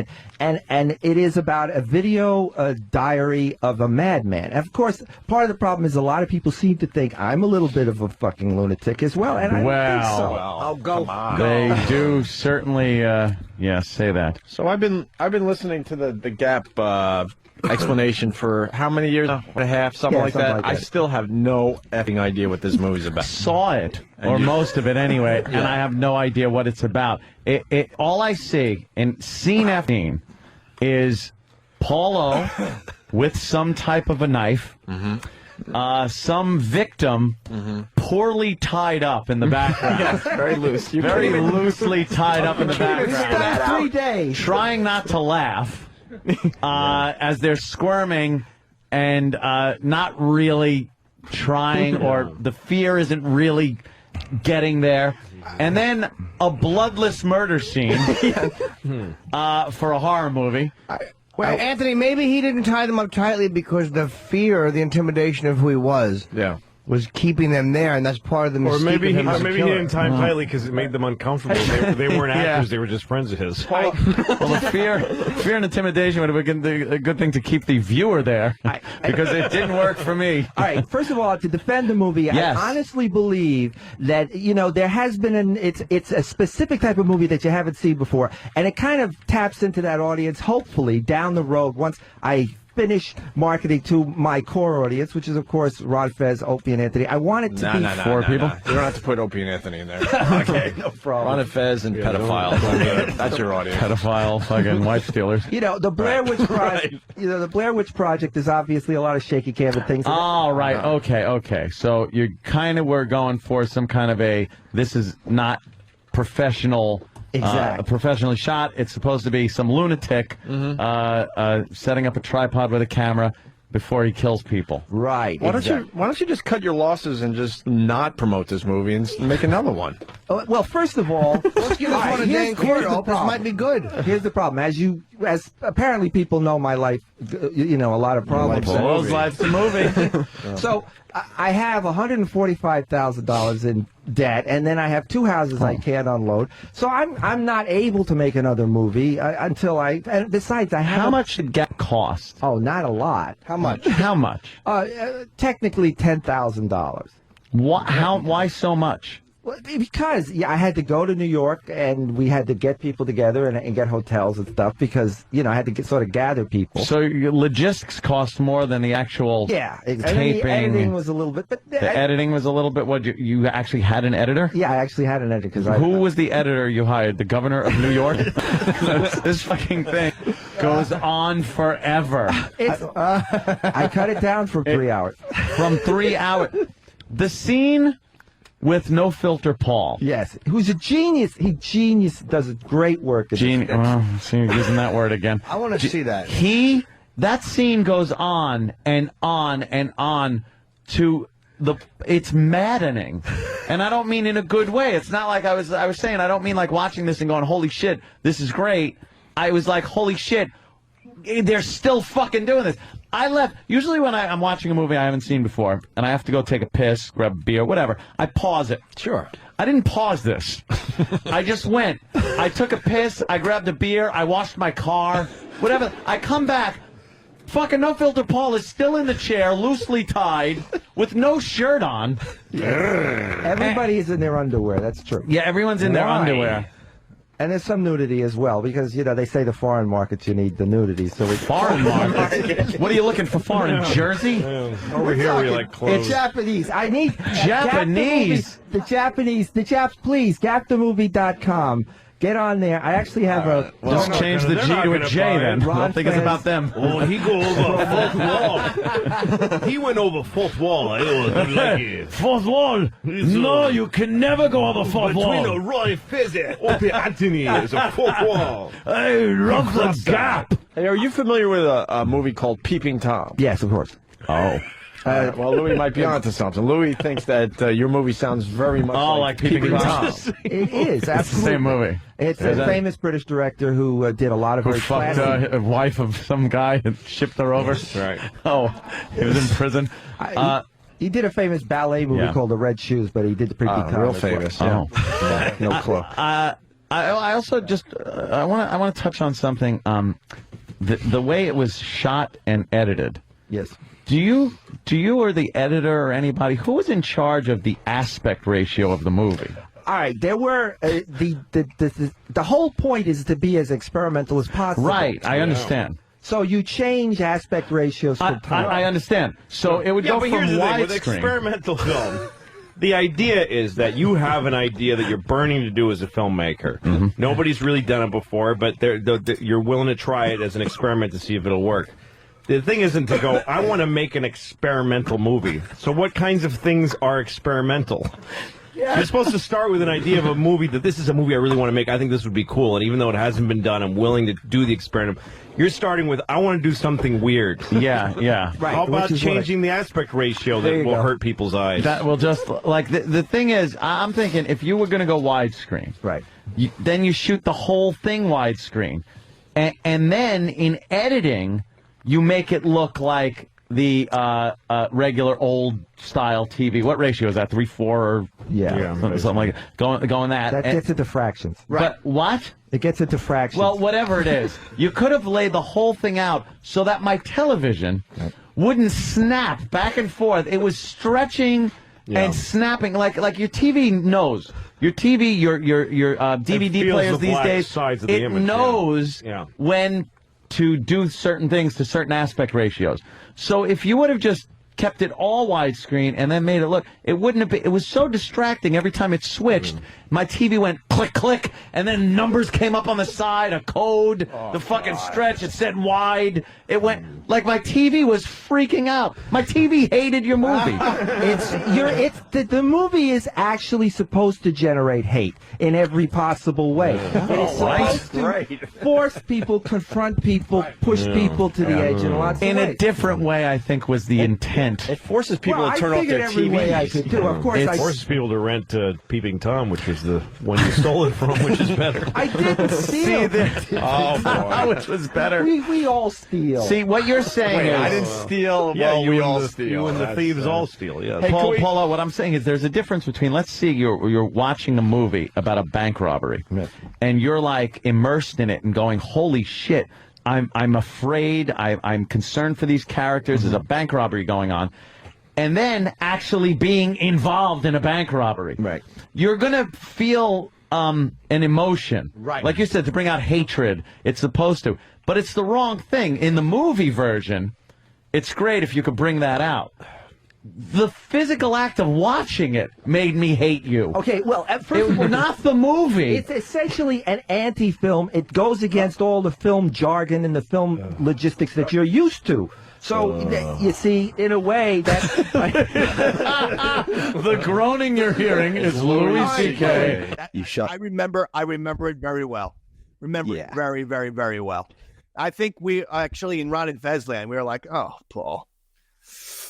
I mean, this is funny, and it's really good. It's a great segment. That's not good for Paul. Well, you're embarrassing yourself. And you vicariously the show. Well, he's the Ron and Fez film critic. Yep. So it's amazing. It does kind of bring this all to kind of a close. It does. Yeah. Who else other than Ron and Fez, obviously, did well when they went on O&A, other than you. Like, there's not many people from that universe. Like, Happy Typing Girl at one point tried, and she was good because it was just a conversation about her free speech stuff. It wasn't really like she wasn't trying to be funny or character, but she did well. Other than that, like, even if you think about how they treated Big A versus how you guys treated Big A, as much like 100%. Yeah, you had to. Yeah, he was a he was a member of the show on yours, whereas he was a stunt thing on O&A. Yeah. You know what I mean? Like, yeah. I'm just trying to think. That's true. That's an interesting thought. You had the Earl Douglas, and all the times he went on O&A and just would get either ripped apart, or the Fainting Goat actually started over there. Yeah, I will say, anytime Earl was on, it made good radio. I don't think he painted himself in a good light, but he made good radio. Now, a lot of times it was because he was with you or Fez. You know what I mean? Usually it was Earl and somebody, but it is kind of interesting to think and how easily Ron and Fez would prop up any of the O&A producers who ran in. Like, none of them ever really looked bad on your show, where the opposite was like, you know what I mean? It's just kind of an interesting perspective of, I think that's part of why. Well, that the shows were different. There was, I guess, a friendlier vibe to Ron and Fez, dare I say. I think so. The O&A thing was always, a bit combative. Which might be why you felt weird about Louis, too. Because the O&A thing was to bash instantaneously. Find some reason to make fun of somebody in 10 seconds. Listen, I had gotten past that thought, Robert. I was very upset of you. Now you're reminding me how much of a fucking scumbag Louis C.K. is. And you're going to judge me, Louis? I'm stupid? Your career was on fire before all of the fucking jerk-off shit. So, who's the stupid guy? You were, like, about to get nominated for Academy. Let's be honest. He was becoming new Woody Allen. Now he's just another Woody Allen. Fucking some disgusting fucking pervert who can't get a fucking movie made in America because all of his goddamn sex crimes. I mean, okay. I will say this. I think Louis got caught up early in the Me Too wake. I think, given all the data we've learned, he was one of the less offensive people.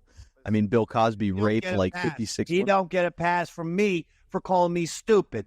No, that's okay. But both of us have careers, so I would just like to say I think Louis back. I think he's doing well. I think he may have misread you. He ain't seeing this shit, and he can't fucking help you out with anything. Then who's the Patreon member that goes by the name Louis C.K., Dave? Okay? If he's not watching this, who's that? Huh? All right. No, but before we get out of here, this is one point Jared kind of brought up, and I really think it's an insightful question. This was the first time, really, you saw all the different eras of Ron and Fez come together to get a project done. Because you had the people from Florida with Paul O, like the original Ron and Ron stuff. The DC people came in to help with the producing and execution, and then he was also on Satellite and Mikey Boy, Free FM. Yeah, so the whole team kind of came together, and the problem wasn't the fan base interacting; it was the person doing them. You know what I mean? Like, so it's kind of cool that all these different eras of the show could come and work together. Absolutely. Just looking at it, perusing the film yesterday. No Filter Paul, a big O&A guy. You had Shel Bink, former Ron and Fez intern. And there were more. Yeah, there were some names right there. And you're absolutely right. Everyone was really excited to do it. And I mean, it's fun to be in the movie, you know? But as far as the film goes, I put it up there as one of the truly worst movies ever made. Like, truly. Like, just, try to get through it. I don't know. Have some edibles, drink a lot of beer. It's a tough to get through. By 45 minutes in, you're like, oh, I can't do it. I can't do it no more. But I still love Paulo. He makes me chuckle, you know? I enjoy Paulo. I believe he's still around, so if you see him, shout him out. He brought lots of entertainment. One of my favorite was the enema contest he did on O&A. Yeah, I mean, Paulo's great. Yeah, he was shit. What and again, just to kind of put a bow on the whole episode, we talked about how it was the evolution. Like, you were kind of the evolution of Al Dukes, the next generation, the better version. Not better, but like, you know, as the show progressed bigger, you adopted the role, and we saw the fan bases do the same thing, you know? Yeah. And I think that's very, very cool.